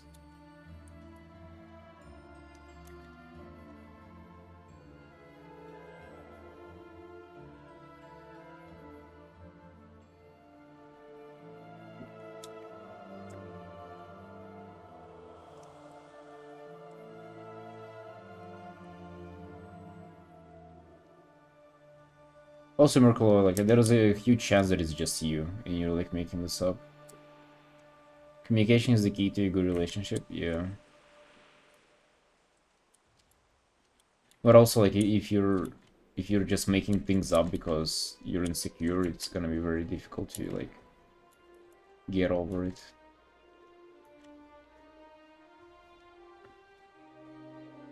She says she's never do such a thing. That's not like her every time.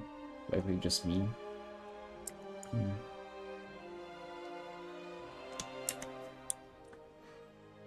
I mean, I used to have somewhat like a same thing previously, but not even the slightest in my current relationship. So I don't know. Maybe it also has to do with her, not only with you. Maybe I just got chilled out, or better with that. To be honest, to fight those insecurities, you just gotta sort of like care about yourself like way more. You really just have to be like doing your own stuff in your head and like not to worry about the other person. It's like if you're just super focused on your stuff, you wouldn't really be thinking about her all the time. So maybe it's not even about the insecurity, maybe it's like about just thinking about the other person all the time. And then those thoughts, you know, start being those. Hey, Ilaya. Yo, hello. Thank you for the raid. You're welcome in Sunshines. How did your stream go, Ilaya? What were you up to? I assume since you have an underscore art in your name, you've been streaming art.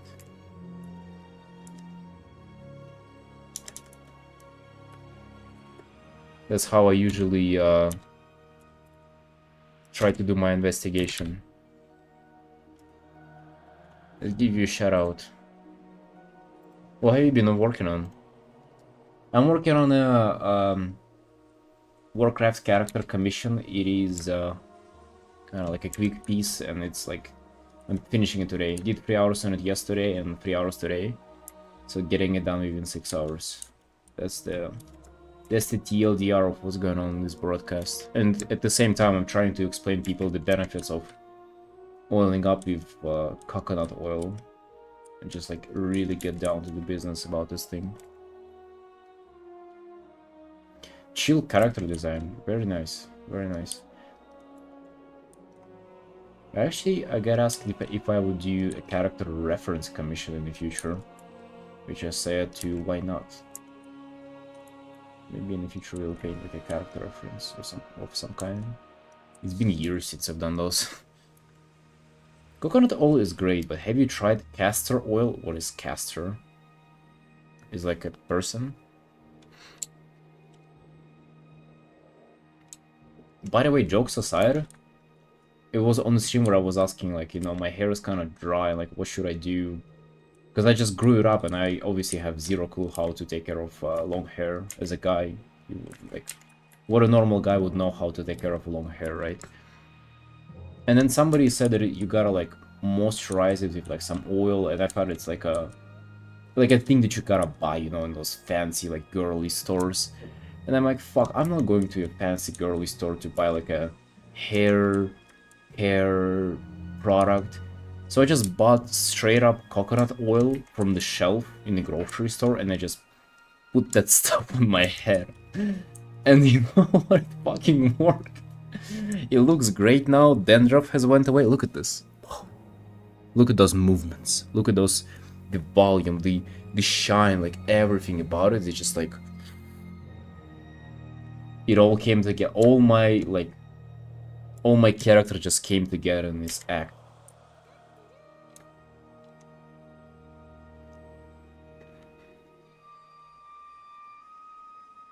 Do you have a very bullied friend?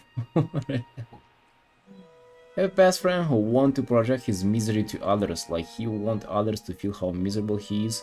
He also don't take a bath 7 days and brag. Yeah, that sounds like a candidate to not be your friend anymore, dude.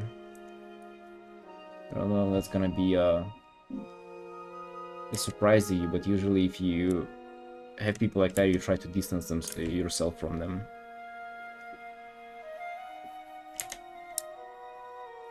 Stuff is amazing. Thank you, Ilya.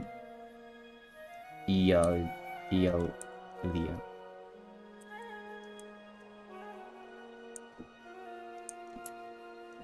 Thank you. I'm doing primarily Warcraft stuff.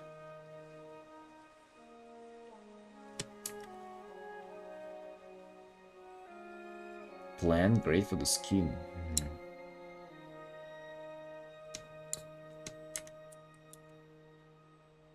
Have anybody tried to like to do butter? Just like straight up butter?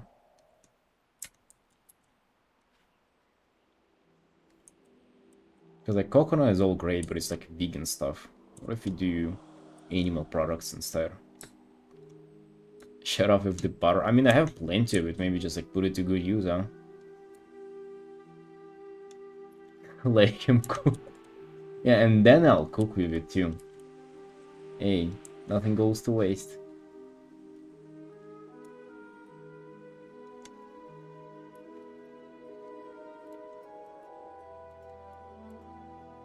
Dude, the people from Raid are probably so weirded out. They're not used to this level of degeneracy with the oil.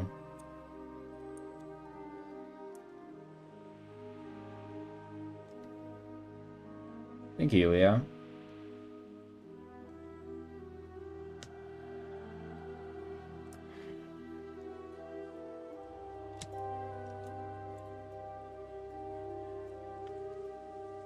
I don't know, is there a painting maybe I can show you? Like what I usually do?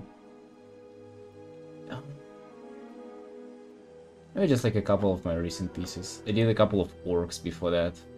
Kind of like more Warcrafty. Also like quick 6 hours ones. This one, this bad boy as well. When it comes to bigger illustrations, I guess I finished this recently. That was quite nice. Like a guy going into the delve. Since this one was a like longer piece, I was able to, you know, render the armor, everything.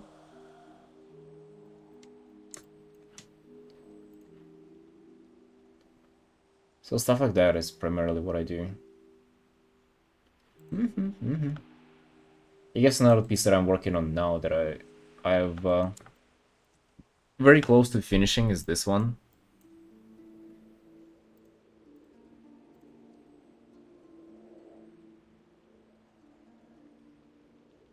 Do you play D&D? No, I've never played D&D.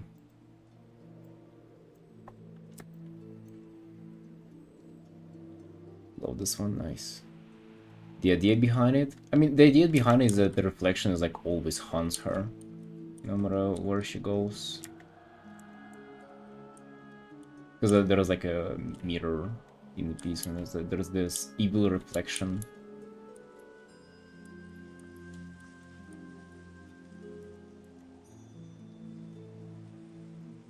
Yeah, it's also a commission, yes. So obviously the idea is not mine.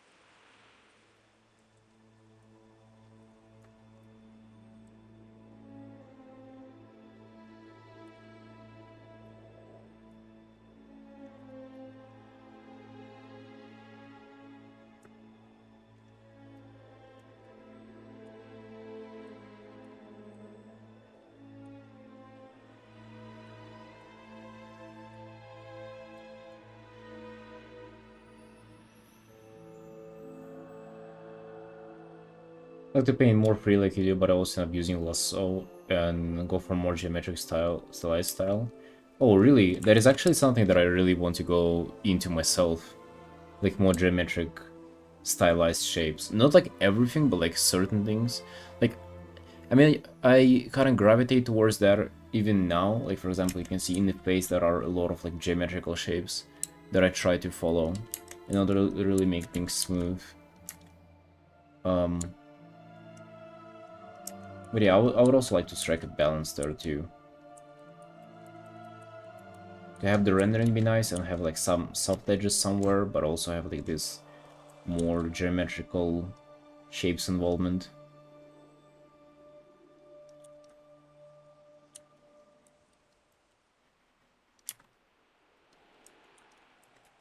Chip design is so amazing when mastered. Hell yeah. To me, that's like the best thing.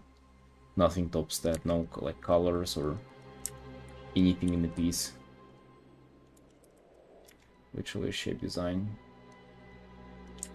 The coolest fundamental there is.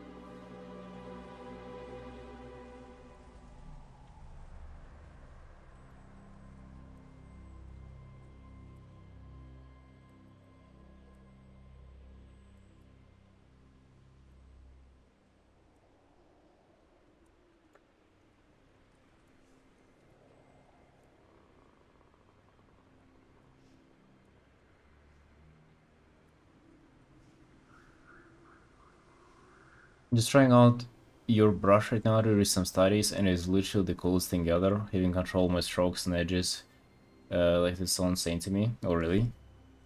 Well, I'm glad you like it, Illumi. Yeah, it's my favorite brush. I always say that it takes some time to get used to, and I believe it does, but if you do get used to it, it's incredible. The benefits are enormous.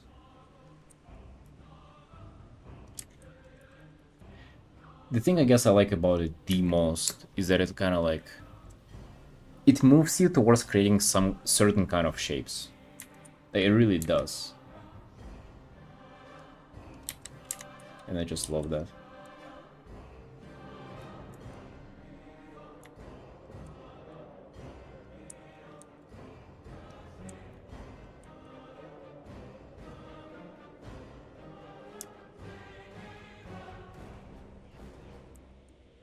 Because brushes do really matter. People say that brushes don't matter.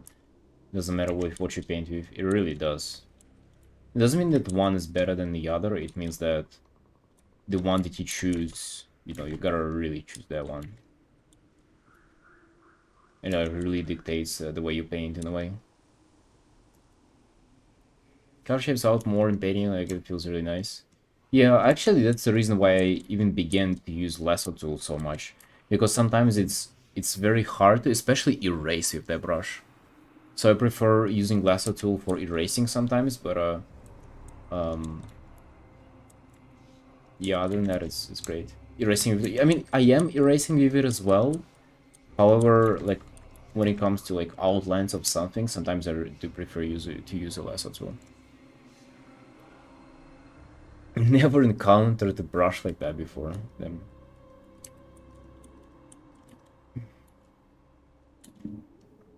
It has its downsides too, and you'll probably run into them one day.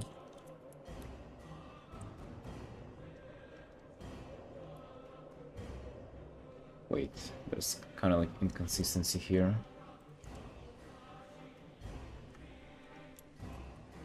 It wouldn't be this little thing here.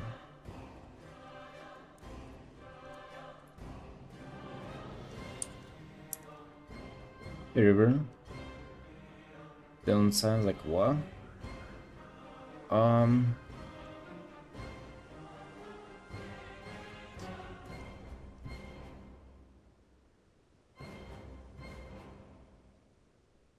Small details are kind of tricky to do it because it feels like it's a better brush to work with general shapes. Small details are, you know, you just like not as precise. It's somewhat like blurry, somewhat like soft, somewhat like hard edged. And for small details, you'll obviously prefer like the just hard edge brush. That's one thing. Second, it doesn't have a texture. It's very slick. So you tend to blend with that, and then your just gets this like glossy digital look. And I mean, it used to be more of a problem for me than it is now. Now I feel like my brushwork just kind of forces its way out of the glossy look, but it still can happen. And also some elements just like don't come naturally easy. Like, you know, if you want to do dots, for example, like night sky, and you want to sprinkle in some stars, it is almost not like nearly impossible, but like very challenging to do with this brush. It makes it so much harder to do. Oh damn, River, thank you for the sub. Yo, thank you, friend. I appreciate the support. Helps a lot.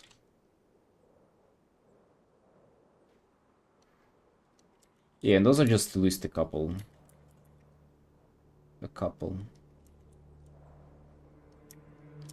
Lack of texture is definitely something that bothered me for a while, and it was the reason why I was switching out to like different brushes from time to time.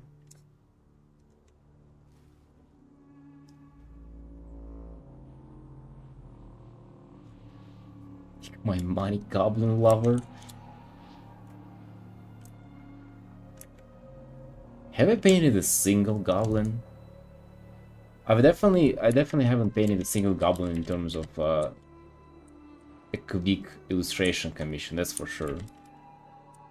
Dude, there should have been some, like coming up to season 2, there should have been some. Maybe it's maybe what I do, like classy, glossy kind of look it has. Yeah, but sometimes you would want something different, right? Like you might like change your mind, or you might think it doesn't serve the like a current piece best.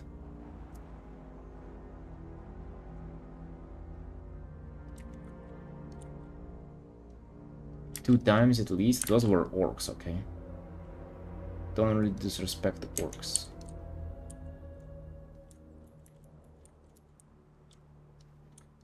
But goblins are so much different than WoW. They're small.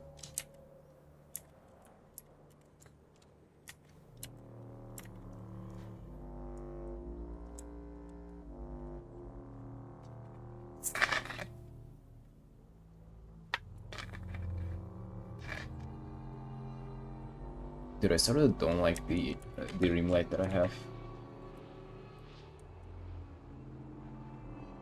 Like destroys all the 3D look for her.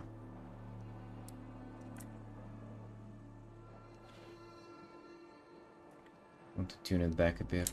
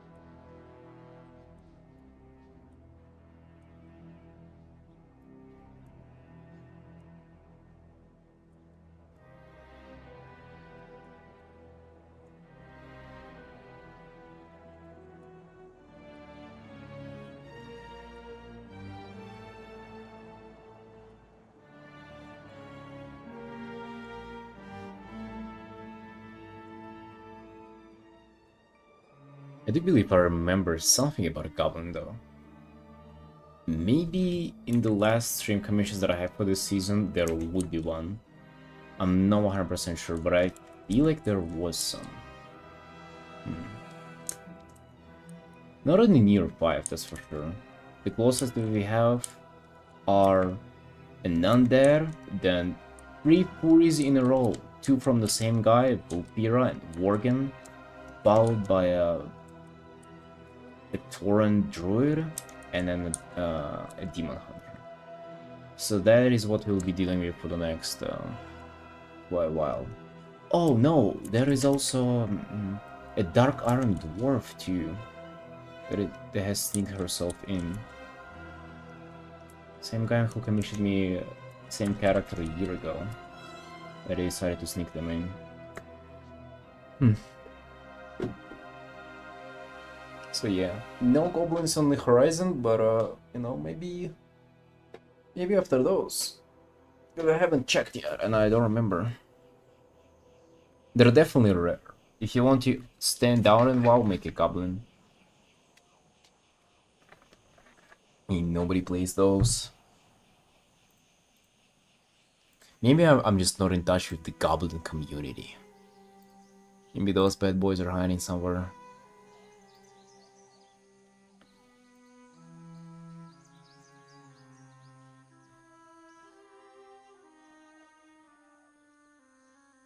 I even got to paint a gnome.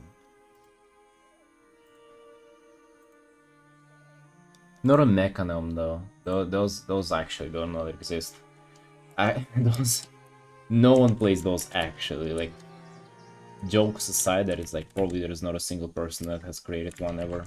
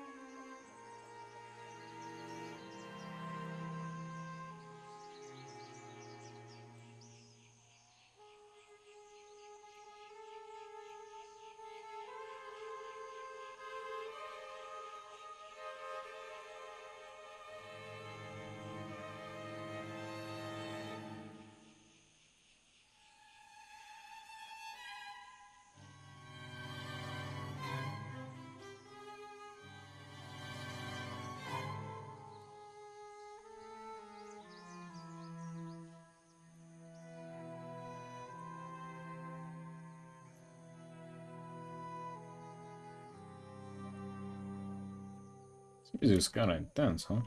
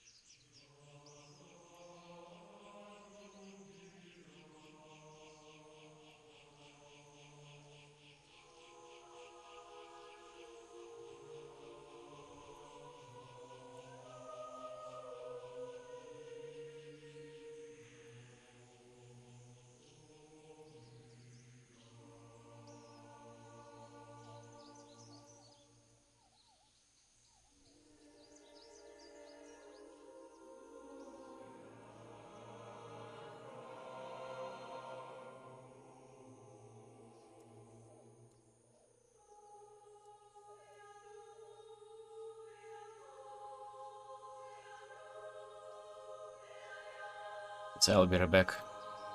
To give my eyes a little bit of a break for a second. We'll put you with the time lapse for now.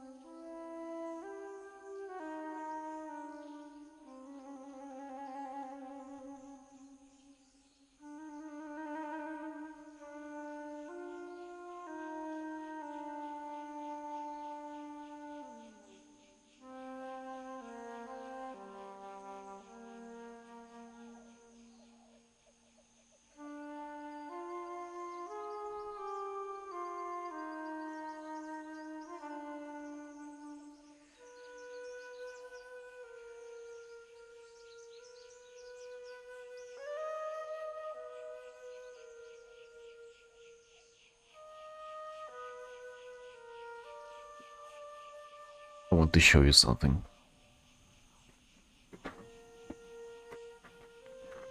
Allow for me to present. Biscuit cookies. Whoa. With white chocolate and black cookie on the inside. With this too. Mushroom.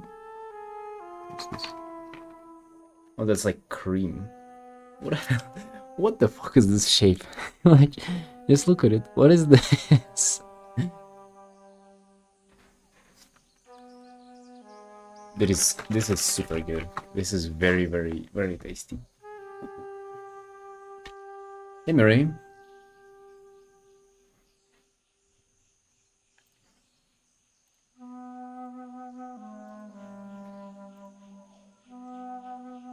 Mushroom cookies. Yeah, I think that they tried to do put cream there, but it just looks off. Looks kind of awkward.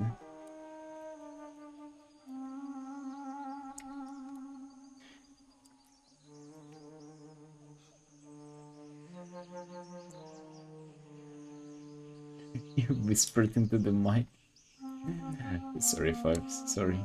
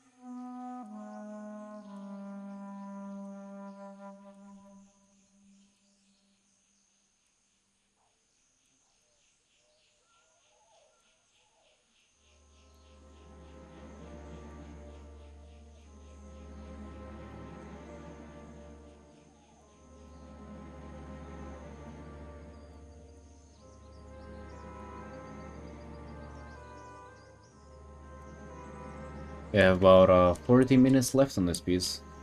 By the way, the commissioner, I have sent them the link to the stream and said, hey, I'm working on your stream, on your piece yesterday, and they read it and they didn't respond.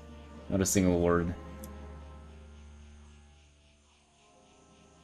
I'm a little bit worried. What if they didn't like it? What if they joined and thought to themselves, oh, what the hell did I commission? Who is this person? What are they trying to do there? Yeah, I hope they're gonna like the final though. I feel like this piece is quite nice. The rendering is plenty, the ice ground in the background looks nice. Maybe they didn't have time. Yeah, true, like I'm just overthinking.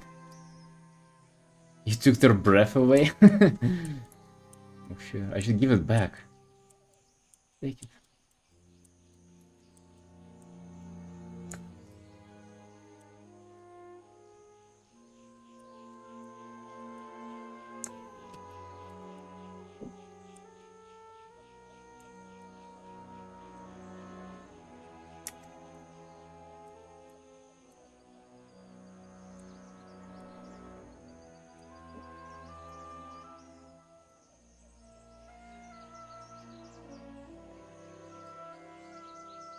Isn't it crazy how much you can think of whenever you see like a no response or stuff like that? Like it's purely overthinking, right? Then what if they just like looked, they were fine with it, and then or maybe they saw it and then forgot to respond, or maybe they read it but they didn't have time to join, or like, you know, it can be anything. Yet your mind always circles to like the worst thing. They're gonna hate it. They hate it already.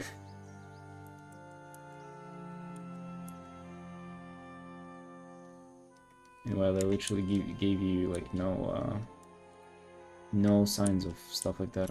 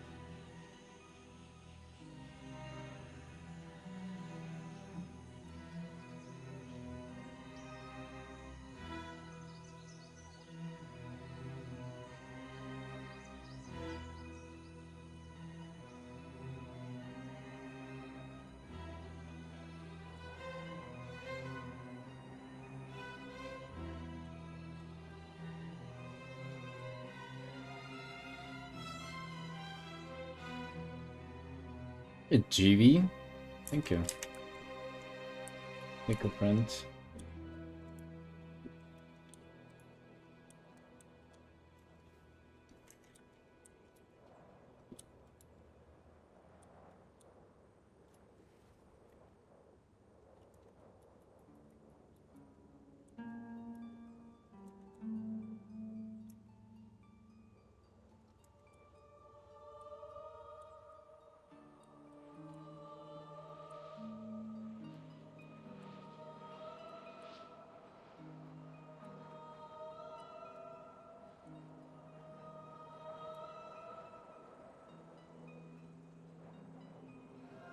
What are the dimensions of your canvas to make sure it doesn't pixelate when you zoom right in rendering details? I usually go for 4 by 5,000 pixels. Is what I usually go for these these character pieces, and for bigger illustrations I go for, I don't know, 5 by 7 or something. Just kind of a little bit more than like maybe like 30-40% more.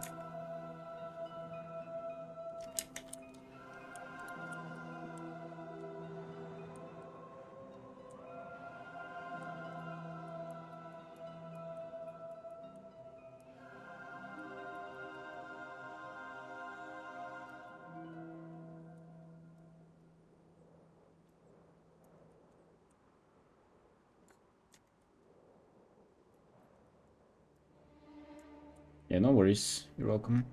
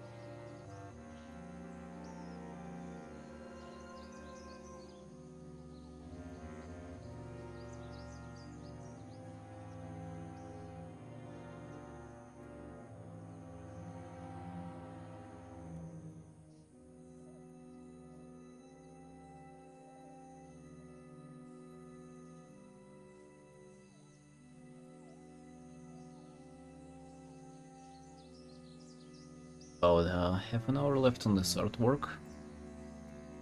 It's quite nice. I'm just kind of rendering more I really like the look of it. Just trying to sneak in as much quality rendering as I can.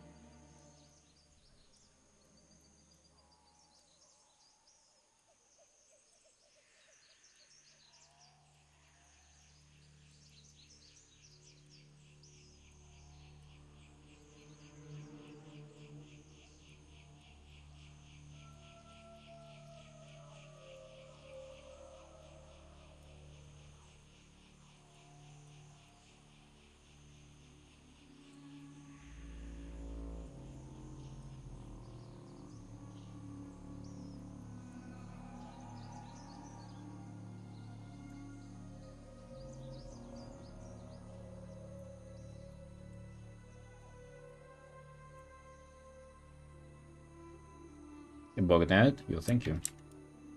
Appreciate you saying that. What's the story of how you got into painting Warcraft-related commissions? I mean, I've been just... I'm a huge fan of the game myself. I've been playing it for, you know, more than a decade, and it kind of felt natural to gravitate towards it. I've been always getting those, but at some point last year I just started limiting myself to only Warcraft characters. And pretty much dismissing all the other commissions, and that's how I ended up where I am right now. Just like only doing Warcraft stuff. Only that and nothing else.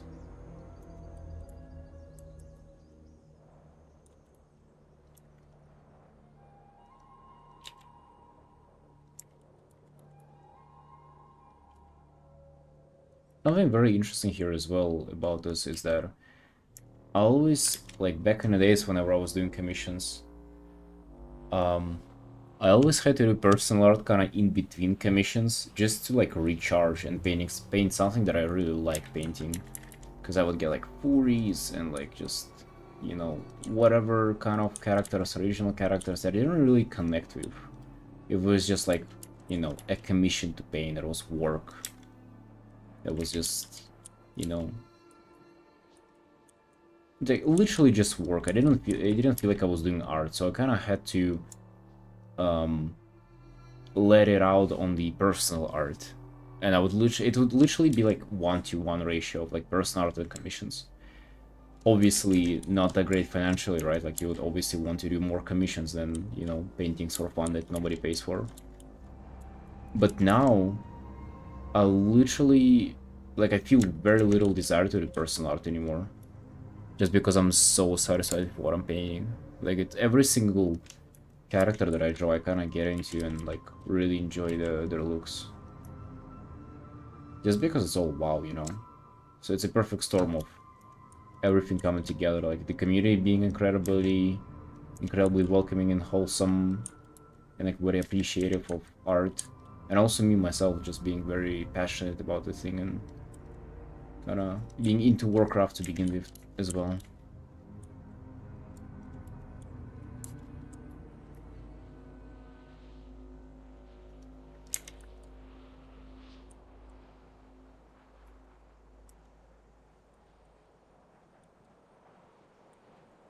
Even furries feel better in Warcraft. Whenever you're painting a Worgen and not just like a dog guy, it feels so much better. You're like, hell yeah, that's a Worgen, they're badass, and I'm painting this Death Knight set for that came from like, you know, this tier. You know, I remember, you know, like seeing characters like this in the game, or like having this, like farming this armor myself.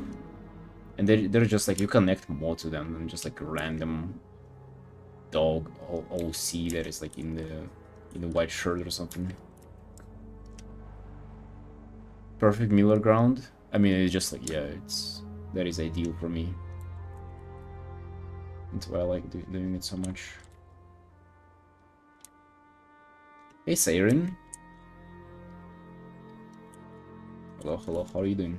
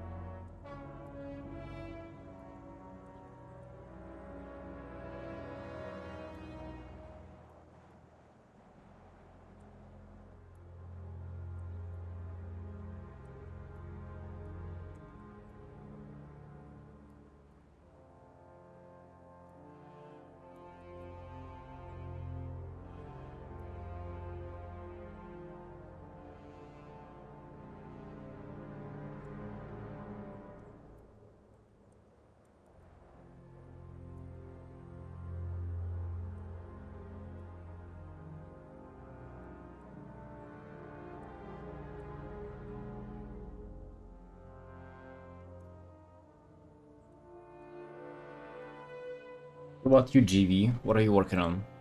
Do you also do Warcraft characters, or are you painting something else?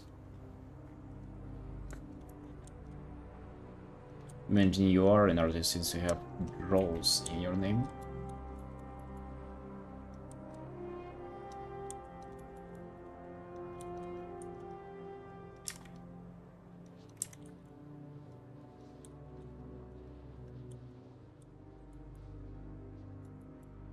No, no, no, sorry, I was referring to a guy from YouTube.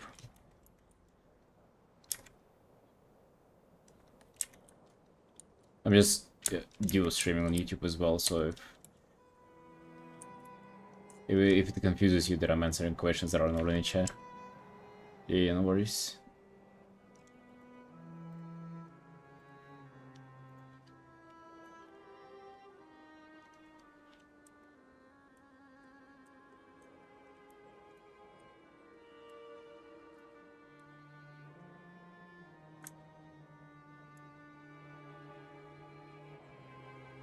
Hammer feels heavy. It's a giant hammer. In game, it's like massive. It's in game, it's almost the size of the Blood Elf character herself.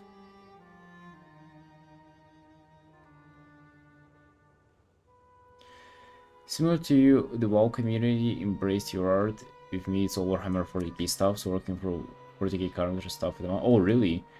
Actually, I was curious about it. Like, do you get a lot of like people commissioning that? Just like personal commissions, so just like regular civilians reaching out to you for art? Is it common in 40k?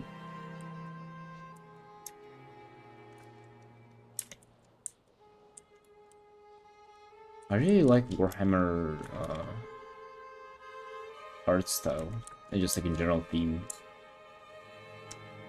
Loads, it's super common. Cool. I've never gotten a single one, that's why I'm asking.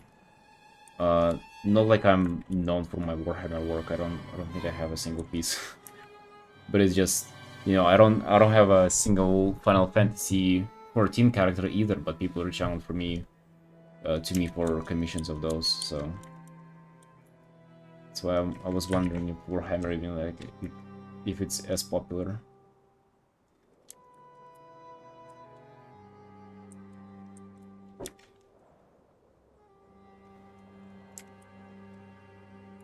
Yeah, but I imagine it's like super common as well, yeah. Maybe even more, because you know, all the figurines and all the stuff that people paint, it sounds like people who are into Warhammer are really, they really don't hesitate to spend money on luxurious things like art or like figurines.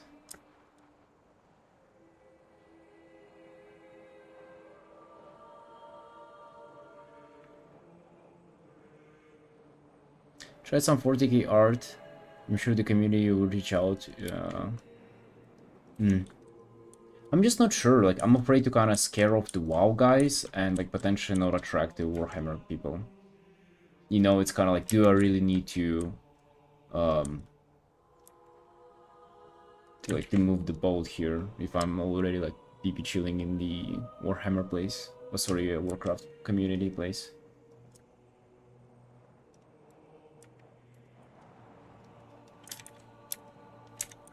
I guess the only thing that I've done that is kind of getting me closer to the Warhammer is at some point I've tried to like dial down my style to be a little bit more dark fantasy compared to WoW.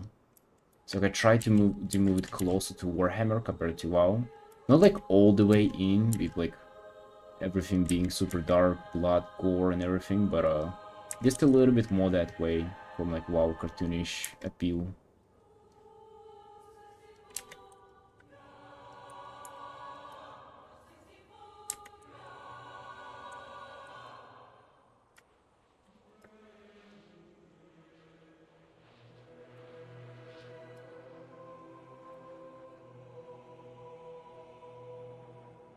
Build up a sort of portfolio of WoW works.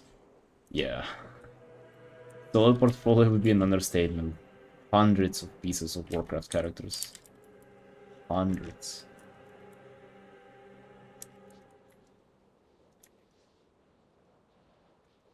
Yeah, however, recently I did somebody just randomly commissioned me a character from Dark Souls.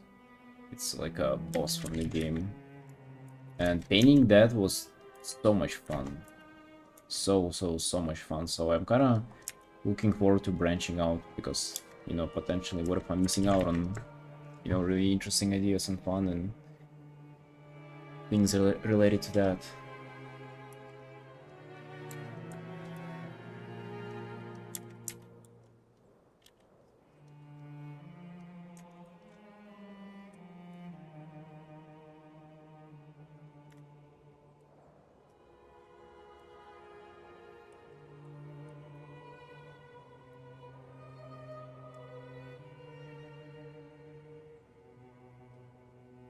And also very slice 40k works all the way. Like it's super photo rendered. I think if you just went your own spin would be embraced. Yeah, I think so too. I don't think I would have to like change things much. Yeah, you're right. I don't know. I'll probably never do that myself. Like it will probably take somebody reaching out for me to me for a commission first, and then I'll kind of do.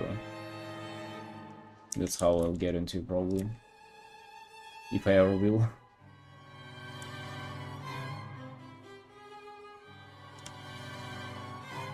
That's like a little intense. Holy shit! And I'll lower the volume a little bit, not to scare you with all the music. Right, I have 15 minutes left on this girl. What do I think I can do with her left?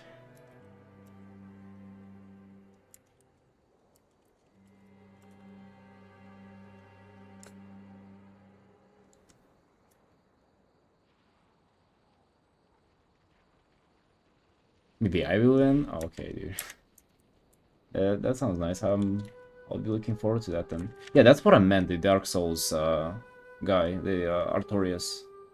I meant him. So, and that was like without you know, any knowledge of Souls games and stuff, but, you know, turns out it, you know, it also has some crazy good character designs in it. Not only WoW.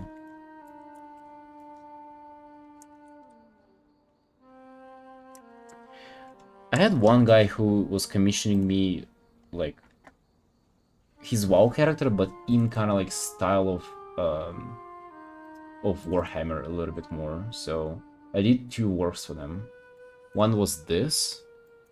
So like tell me if this is like any Warhammery or like more Warhammery than my usual art for you or not. And then it was this as well. So like these 2 pieces that I did for him last year. This one and this. Actually, they look so much different.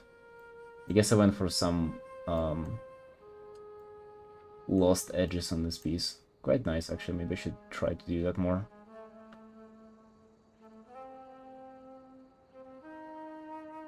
I guess this was an attempt at like more Warhammer look. Not sure if I nailed it or not. I like the value composition. It's not that bright. To be honest, this is just... My art has went a little bit more on the brighter side recently. I don't even know how that happened. Yeah, we should dial it down. What the hell am I doing? I'm losing my roots here. Let's dial it down. And I know how to do that. Wow. Just a little bit, but it will make such a difference.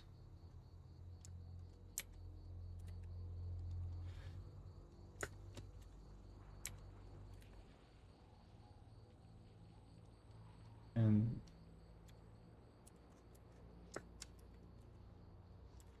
yeah, I just don't like the that shine, that brightness. That's what I meant by like trying to somewhat emulate Warhammer look a bit. I just don't like the punchy like shine.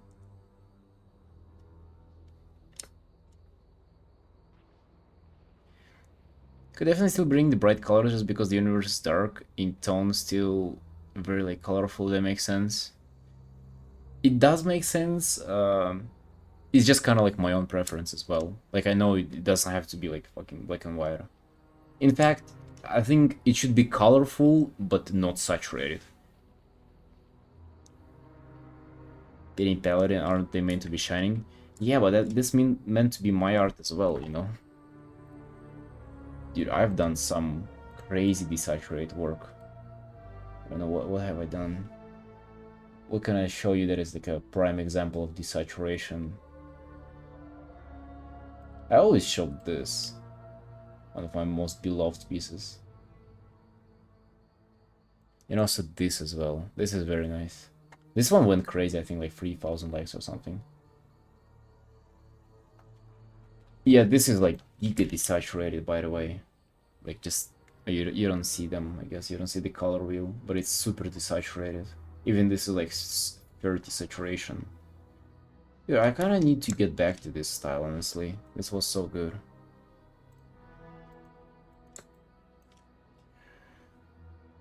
That was half a year ago. Did I regress in that half year? Oh my god. May I do like this, right? Like bringing the value. That's what I was thinking about that time. Just bringing the values together. Shrinking them, shrinking the range of values. Is what it was all about. I've gotten good at that, but I guess I just lost track of that idea over time. More desaturated style? I do love more desaturated style, yes. I kinda, as I said, I kinda leaned away from it for some reason. I wasn't really curating my style for a while. There were some things that I was focusing on, but it wasn't really like... You know how sometimes you really try to dial in like some kind of a look? I kinda gave, you know, gave it up for a while. I was just like doing stuff whatever feels like doing right, and I guess it kind of went away from it. But I do really like that, like, desaturated look. It's not even desaturation. I mean, it is desaturation, but it's also just... Values are just so close to each other. It's like, not really that much of contrast going on here. Her face is a little scuffed, though, I can already see. Nose being, like, going on one side, and... This is, like, nearly perfect, though, this piece. In my humble opinion.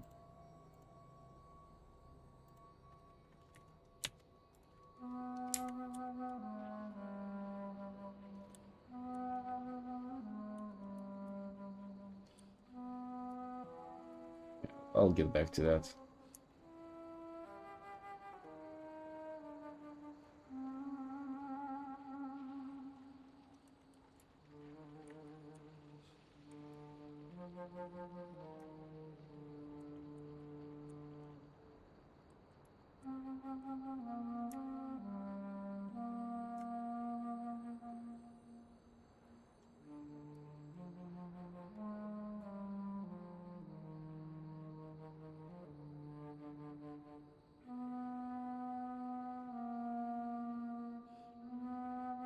You see stuff online, I can usually tell it's yours because of things like desaturation and brushwork.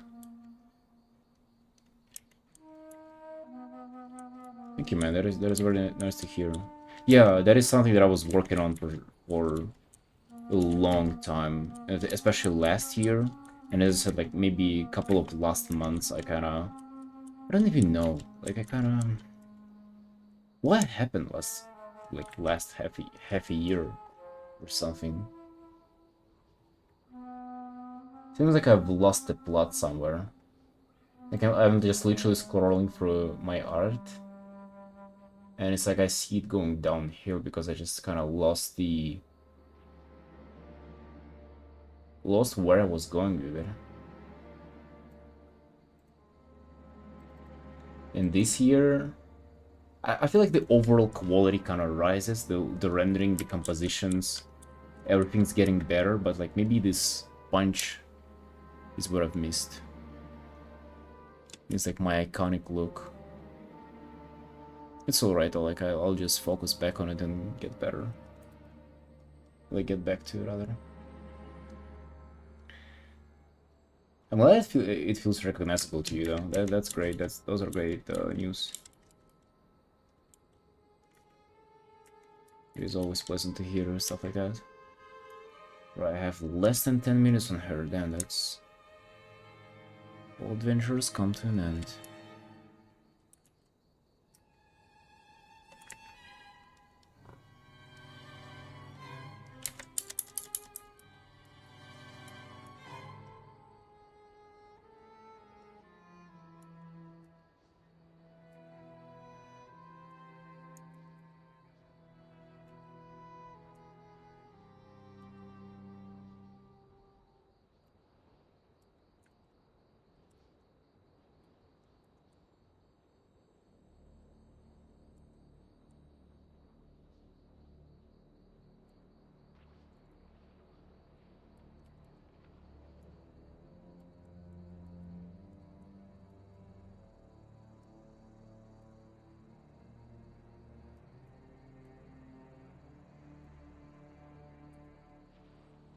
There are just quite a few other things that I want to be known for as well.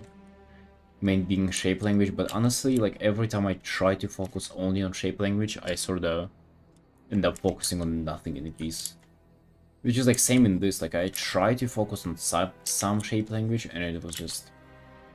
At some point I just kind of forget about it, or like, you know, get caught up in the rendering or colors or something or whatever, and it just all goes downhill from there because like I don't really try to do anything specific the rest of the painting.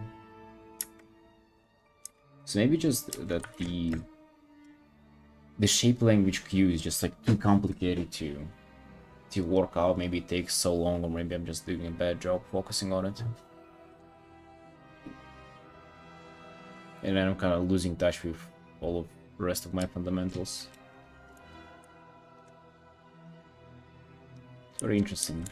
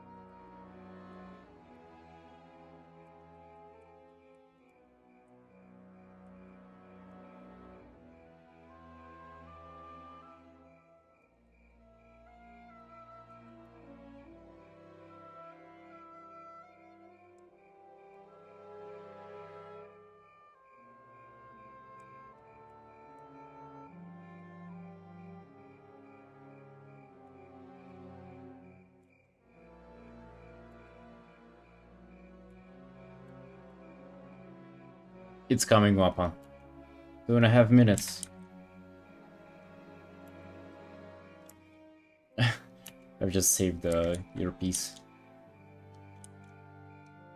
You create a new folder for it called Q Critique. Not in a rush. Unless it's coming, hope you're ready for it.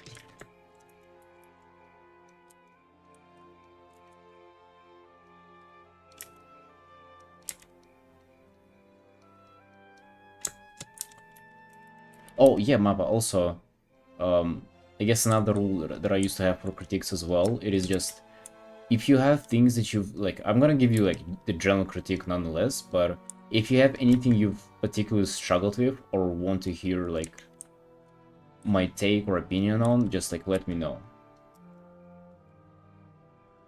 It'll be on a while later too, right? Yeah, it'll be, 100%. And if, Twitch Water expires on YouTube, it'll be up forever.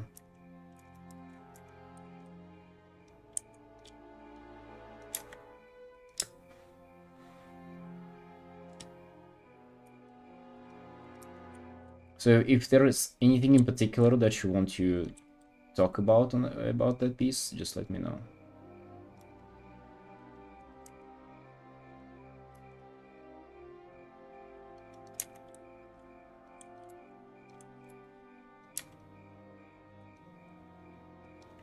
Color, mostly did color picker by hand. What do you mean you did color picker? What do you mean by that?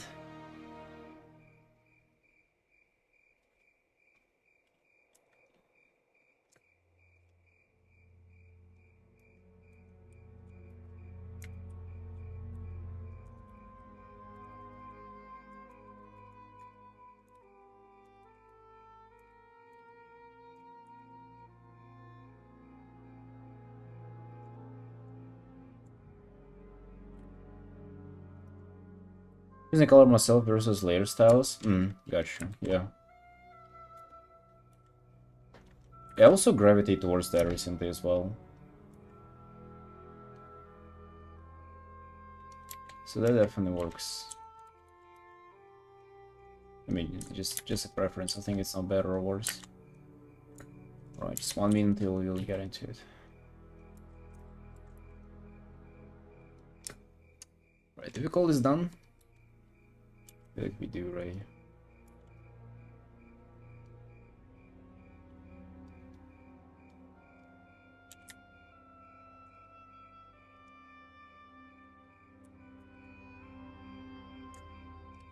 Yeah, very nice. 6 hours on this piece. Looking crisp. Safe as...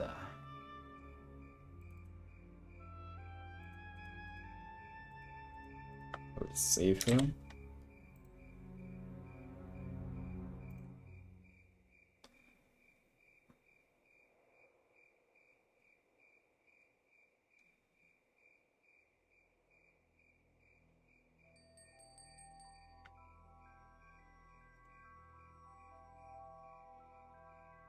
Thank you, JB. Wait, it's GV. Why did I say it's CV all the time? Right. Saving the file now. 18th commission of the year. And let's see how many like pieces overall. I assume it's the 19th piece, right? Yeah, 19th. Super behind on the schedule, but that's okay. We'll catch up at some point. Alright, do I have the cute critique? I do have, look at this, cute critique. I still have it up in OBS. Alright. So, now moving to the cute critique.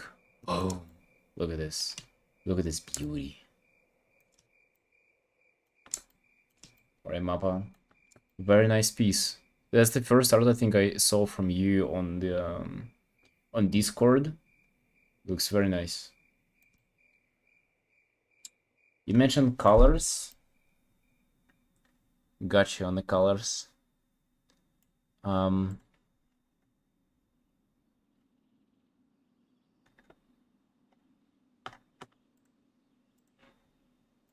So main thing that I'm gonna point out is that let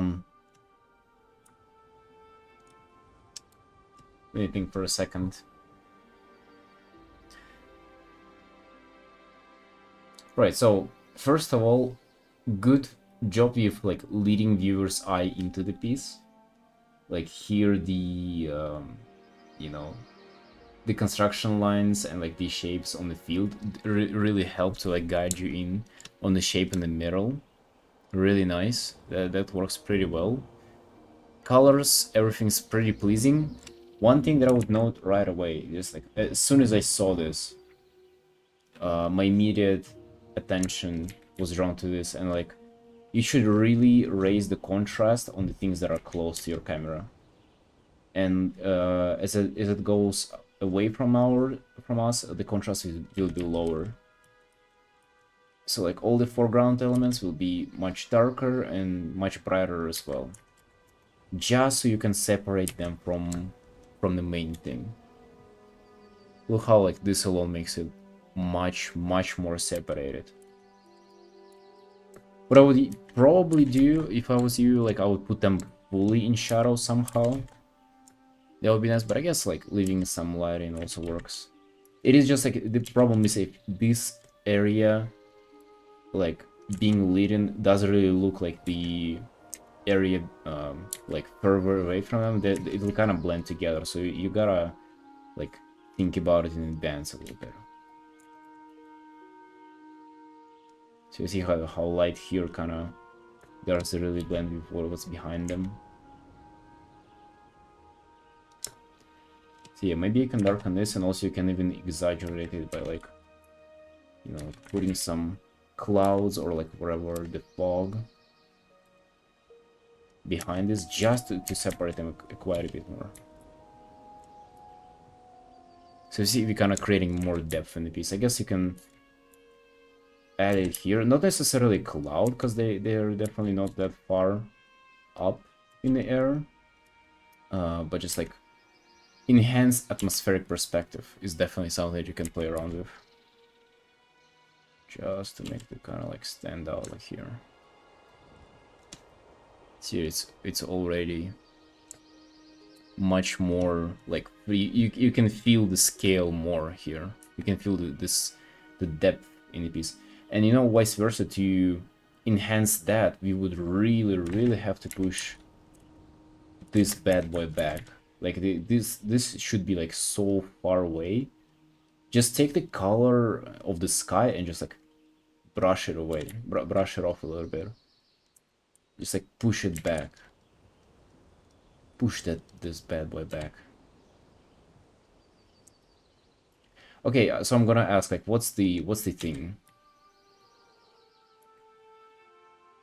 Like, it's some alien construction, or like did it just appear, or like was it there? Like, is it an ancient kind of like some kind of mystery thing? Like, what is it about it? And like, to what extent can I fuck with it without you know, like completely losing the plot of the piece? These ancient giant runes in this campaign. So are they like particularly this shape? Bit of a mystery, do what you want. Okay, got you. Alright. So I like the idea. The idea is obviously dope. I just don't like the shape. I think like the shape is a little bit I mean, it could use some additional magic to it. Okay, let's first do the homework. Let's push back the brightness on that. So kind of the further, like, it's super obvious thing, but like the further things will get away from you, the more they'll kind of like blend in with everything else. They're pretty much like losing contrast, and it is just kind of the air getting between you and those things, and like it just kind of blurs it all out. There's some science behind it. I don't really care. Like I don't pay into learn science, but just kind of know that it'll kind of just blend in the environment. If the sky was red, the thing would be like a little bit more red, you know, rather than blue right now. So, alright, that's sort of done.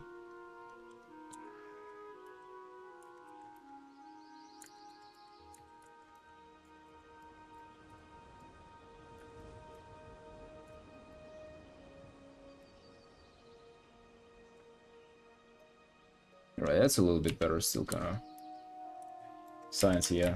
Don't really think about it too much, just like... There's a practical application to it, and then there's boring theory that nobody fucking cares about. Right, we will skip on the boring theory. Now, on the fun part, the shape of the thing.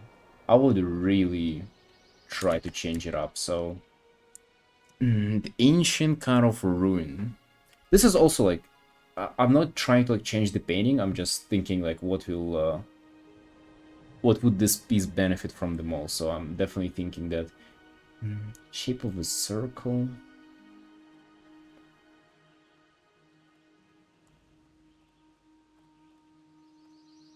To be honest, I'm thinking that even like a kind of like a flying...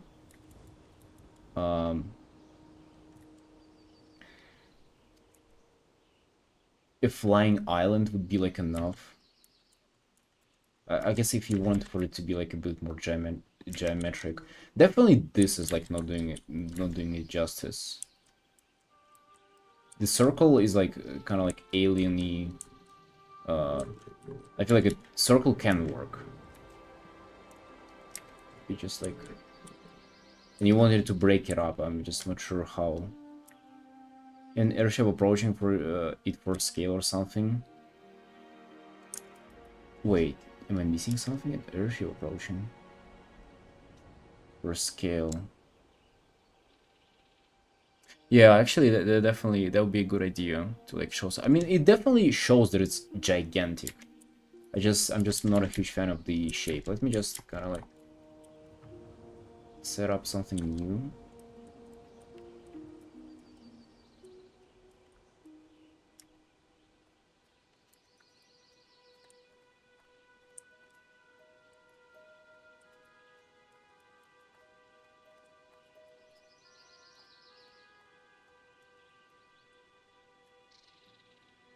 When it comes to shapes, I also like go super wild always on the cloud shapes. So like you can literally have it be like the clouds are kind of moved from the wind, or like from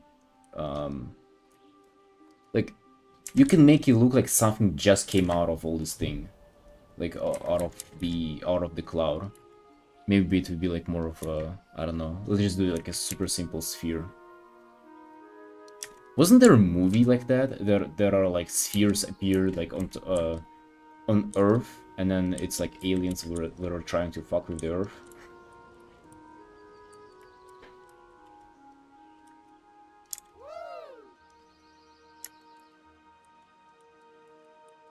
Yeah, so what if he did it like in this kind of manner?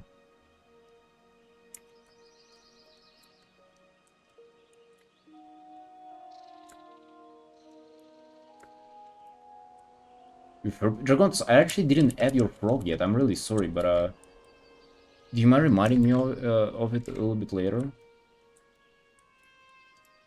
Like, I will try to remember it, but I just like every time I forget, and then every time I turn on the stream, I remember about it and feel bad about myself.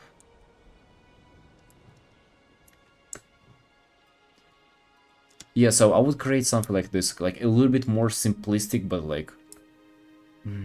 I guess it's a difficult job because you also have to literally design the whole thing for yourself. Like thinking, you mentioned like those giant ancient ruins in the campaign, a bit of a mystery, but you literally, not only you doing an illustration, you're also doing like a whole design job. So that's that's a lot to do, right?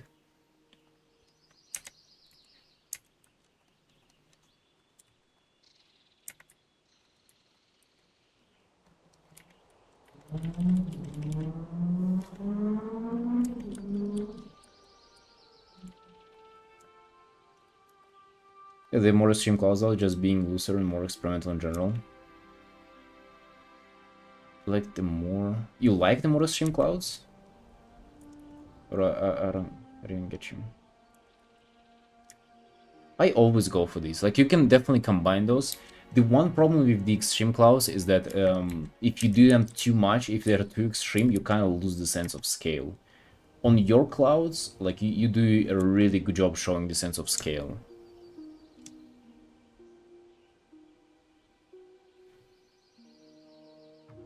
Clouds can be like almost like the main part of your piece, by the way. Clouds can be great. You can go as crazy as you want with them.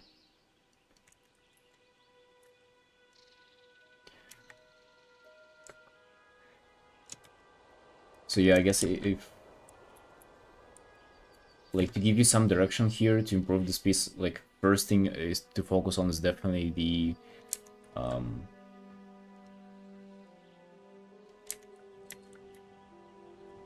what is it called? Starting randomly forget the word. Atmospheric perspective, just kind of like how things are more contrasty towards us and more blurry and less contrasty as they get away from us.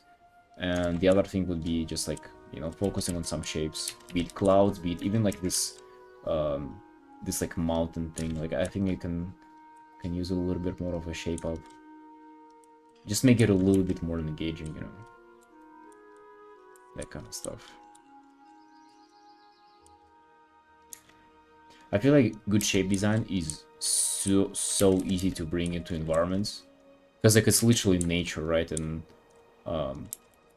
you would very often even find those in nature by yourself. So like nature would really create good shape design. Meanwhile, in characters, you like you paint a shoulder pad from WoW and it looks wobbly. It looks kind of correct, but it does look quite I don't know, like unimaginative when it comes to the shape, and it's very difficult to get it like both correct where it's reminiscent of the, you know, in-game design, but also like looks punchy, interesting, and dynamic as a shape.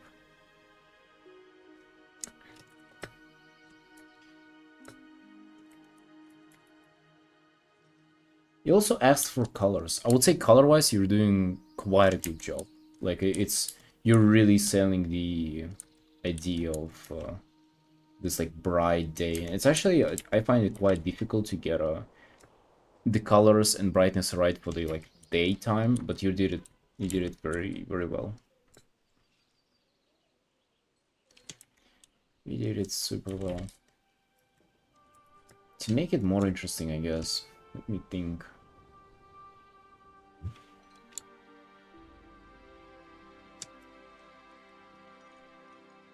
So one thing that I already mentioned that I do is I shrink the value range. And you can definitely do that while also shifting the hue. So this is what you can do. You'll kind of make them darker, but they'll almost appear brighter because they're saturated now. One problem is that it kind of fucks with your like daytime view though. Maybe more yellowish. Oh, that's definitely some evening scenario here for yellowish.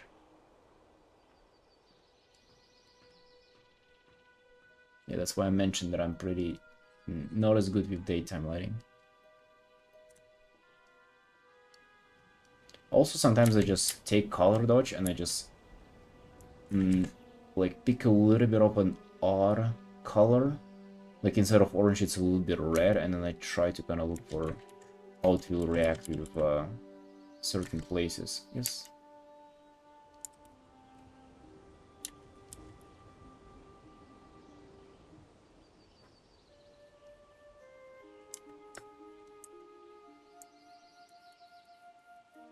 Just really don't see how you can improve the colors here, to be honest.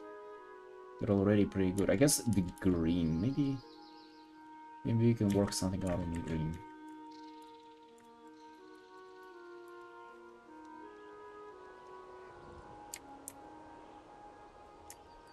The green does look a little bit dirty. If I was to say something about it.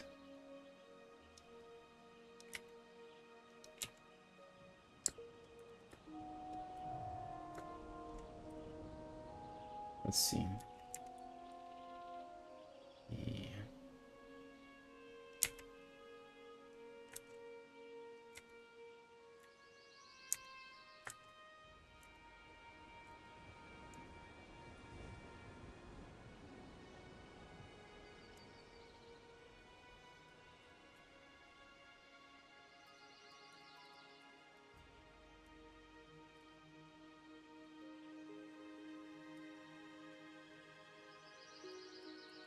Just kind of feeling like making it cooler.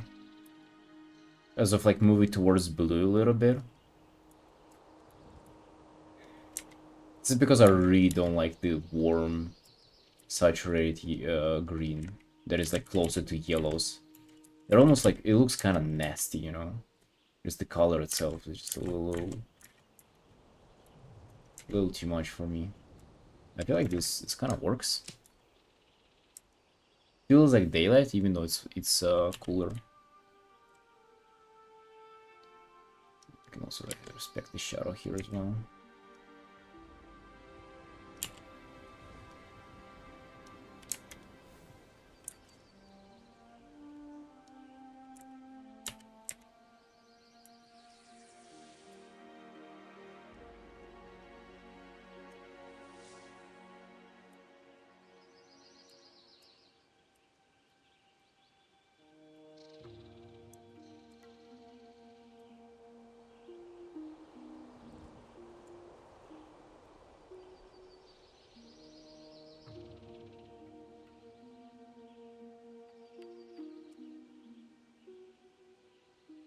Yeah, another thing that you can do for colors is to get some more saturation in the shadows and making them kind of more like the sky. Usually it's adding light, reflected light in the shadow that makes things more colorful.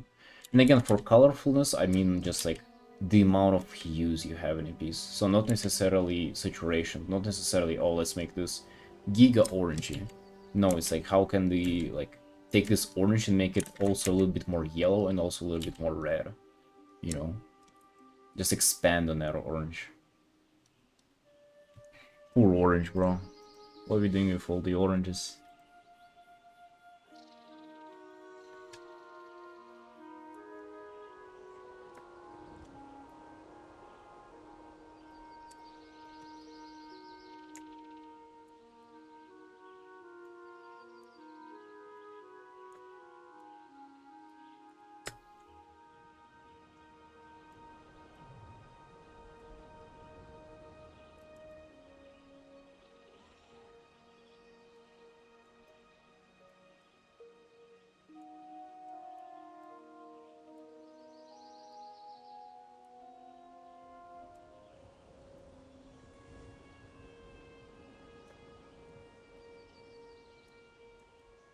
Maybe to touch on the characters, because you also... Oh, should I touch on the... They look pretty good. Actually, another thing that I would say to you, I don't know if that's necessarily like a critique point, but just like something that stuck out to me is that it wasn't really obvious that... I thought they were on an airship first, and then I just saw the stairs as I zoomed in. But at first I thought that they were on an airship, like approaching this piece, this place.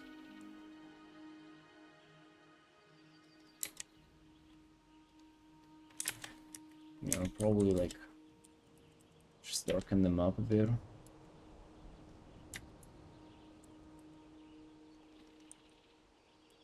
Just so she kind of like stands out.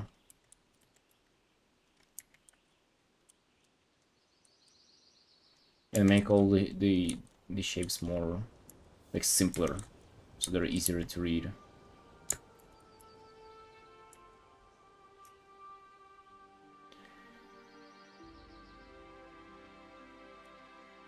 You're not a huge fan of the characters. I feel like you do it pretty good. Like it's kind of hard to beat characters even whenever they're not like a focal point of the piece. It's very challenging, and I feel like you did actually quite a good job.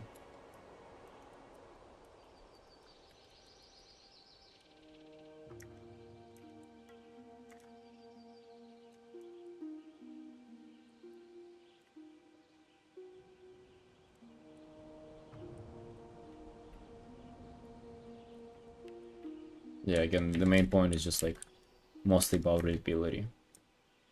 You wouldn't want for them to be like too dark as well, because it's like almost pitch black. Probably go over with some lighting and kind of brighten them up a bit.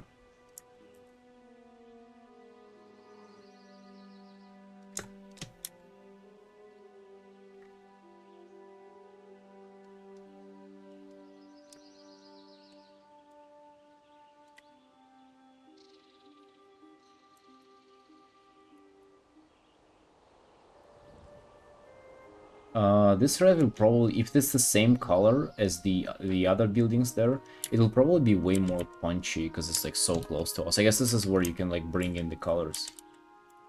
Since this shouldn't be washed out, it's close to us, so you can also maybe like here it goes into more of a shadow, so you can like bring in some pinks, purples.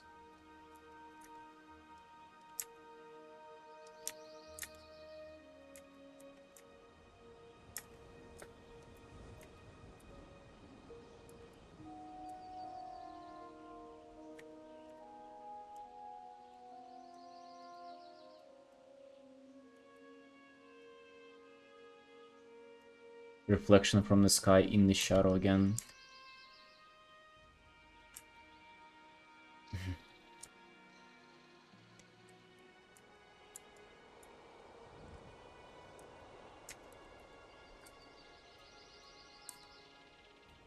The guy with the guy and like characters, even if they're so small, I would say they just like don't even try to paint in like their facial features as much. Just try to focus on their um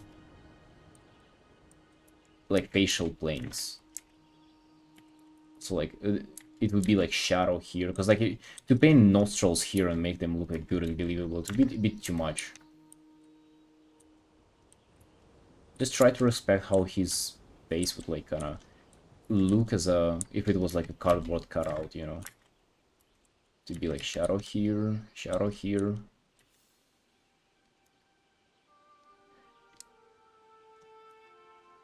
I tend towards concentrate colors, adding some pops of colors is nice. Yeah, definitely, but where it makes sense. So if you were to add it like here, it would be a little too much. It would just like kind of break the illusion of depth that you have.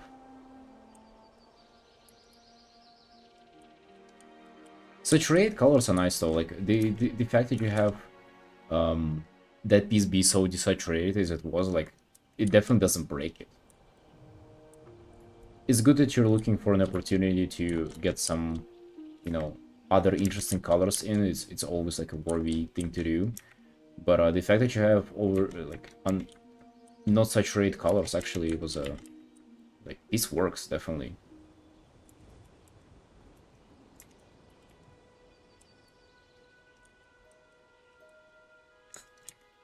You know what I really like doing?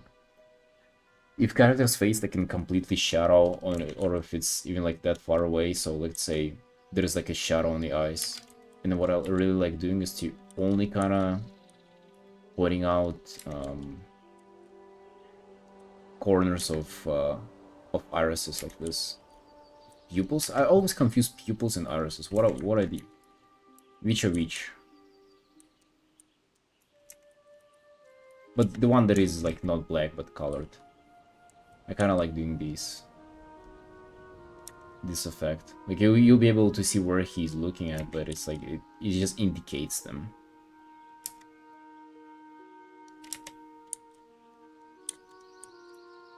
So you kind of work with more of the shapes rather than like super small details to make things more readable like this, even on like super small scale with a character like that.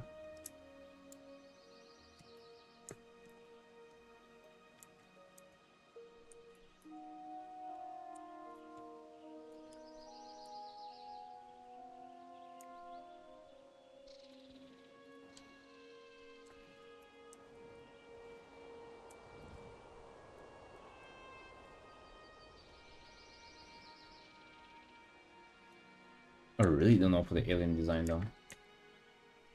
Not an alien, but the old ruined thing. It'd be a Death Star. You probably wouldn't want to do that in a campaign.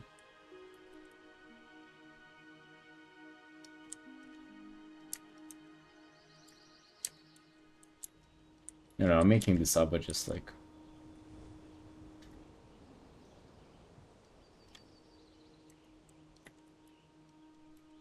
it would definitely be a hard job to design something like this.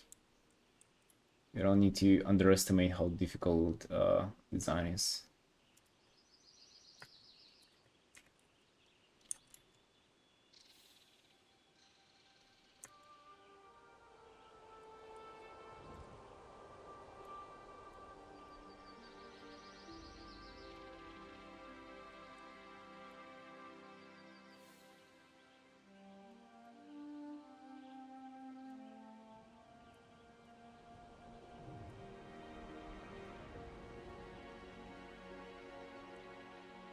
I like that you have your brushwork visible too. It's pretty nice.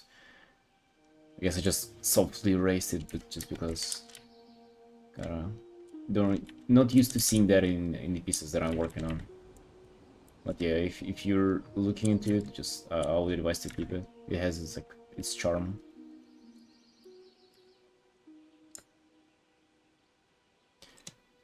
Some ships or rock in the background make the piece more interesting, feels a bit isolated. Ships or rocks in the background. So you mean like maybe a ship coming from here?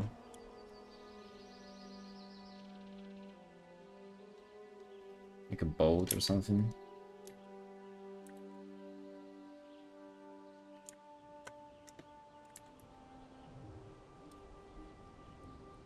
Trying to be more expressive with textures and brush it's a lot of fun. Yeah, you're doing such a good job.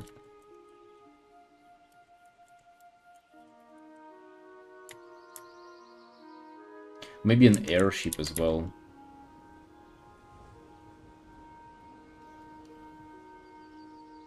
Full on Attack on Titan.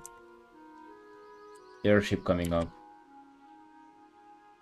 Hey, Rathi. Maybe that will do.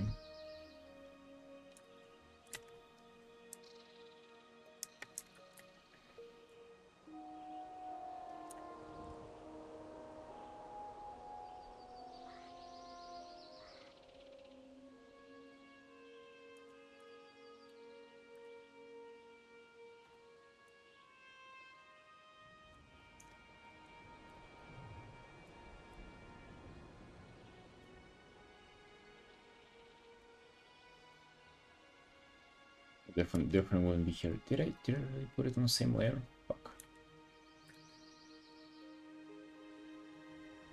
For mistake I made in this piece was perspective. I made my vanishing points on the canvas versus often I think it got weird.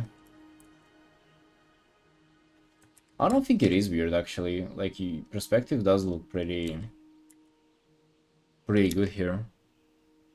You don't really have that much. Oh, I guess you mean this. Yeah, maybe. Yeah, maybe that's why I thought that they were on an airship, because it looks like it's kind of like flying in. It looks like it's not on the ground. Yeah, I would say so. Because like the horizon's here, so it would be like if it's. Yeah, you see, like it doesn't really converge on the horizon. It should be kind of like.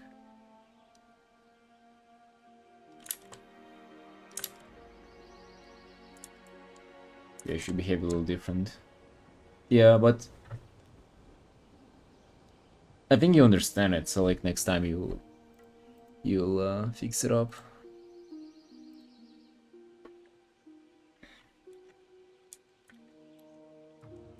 Let's get rid of the airship. So maybe let's conclude everything. So let's see how.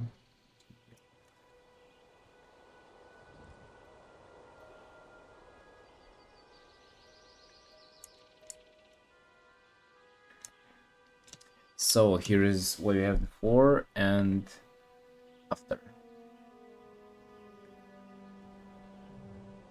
So okay, couple of things. First thing first, the main thing is to respect the atmospheric perspective.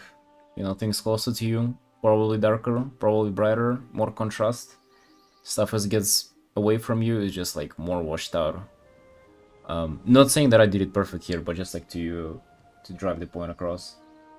And the next thing, I guess, the biggest is the shapes. So yeah, like play around with the cloud shapes, with the like this thing as well. Not saying it should be circle, I just like, you know, throw something in there to make sense, but just in general, kind of go a little bit crazy with those. For colors, try to get away from the green that you have here. Like this green is aggressive. This green is something else. So yeah, kind of try, and even if let's say you have a green like this, try to just like change the hue a little bit. change the saturation, go back in with just like a little bit of a change. I would tend to say that you would want to try to make things more colorful, not necessarily just like have more hues instead of just having them be more saturated. Very cool, learned a lot of things. You're welcome, Appa.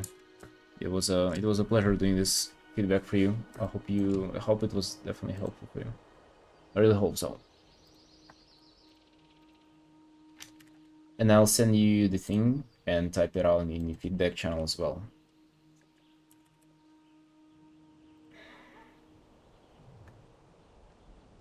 Don't know if I completely agree with the green. Yeah, that's my take. I'm just not a huge enjoyer of green and purple in general. Something about the yellowish green is just like, it's... yeah. Yeah, nice, thanks. Thank you, man. Thank you. You're a savior. I really wanted to start doing critiques, and yeah, thank you for signing up for it, and thank you for supporting me. It means a lot. Rise and shines. It's been a nice stream. Let's conclude it on that. Gonna go chill out, play some WoW, have a dinner. My future wife ate a bag of potato chips and fell asleep on the couch, so gonna have to deal with that as well. I guess I'm cooking dinner myself this time. Hey, nothing new. Alright, team. See you later. Bye.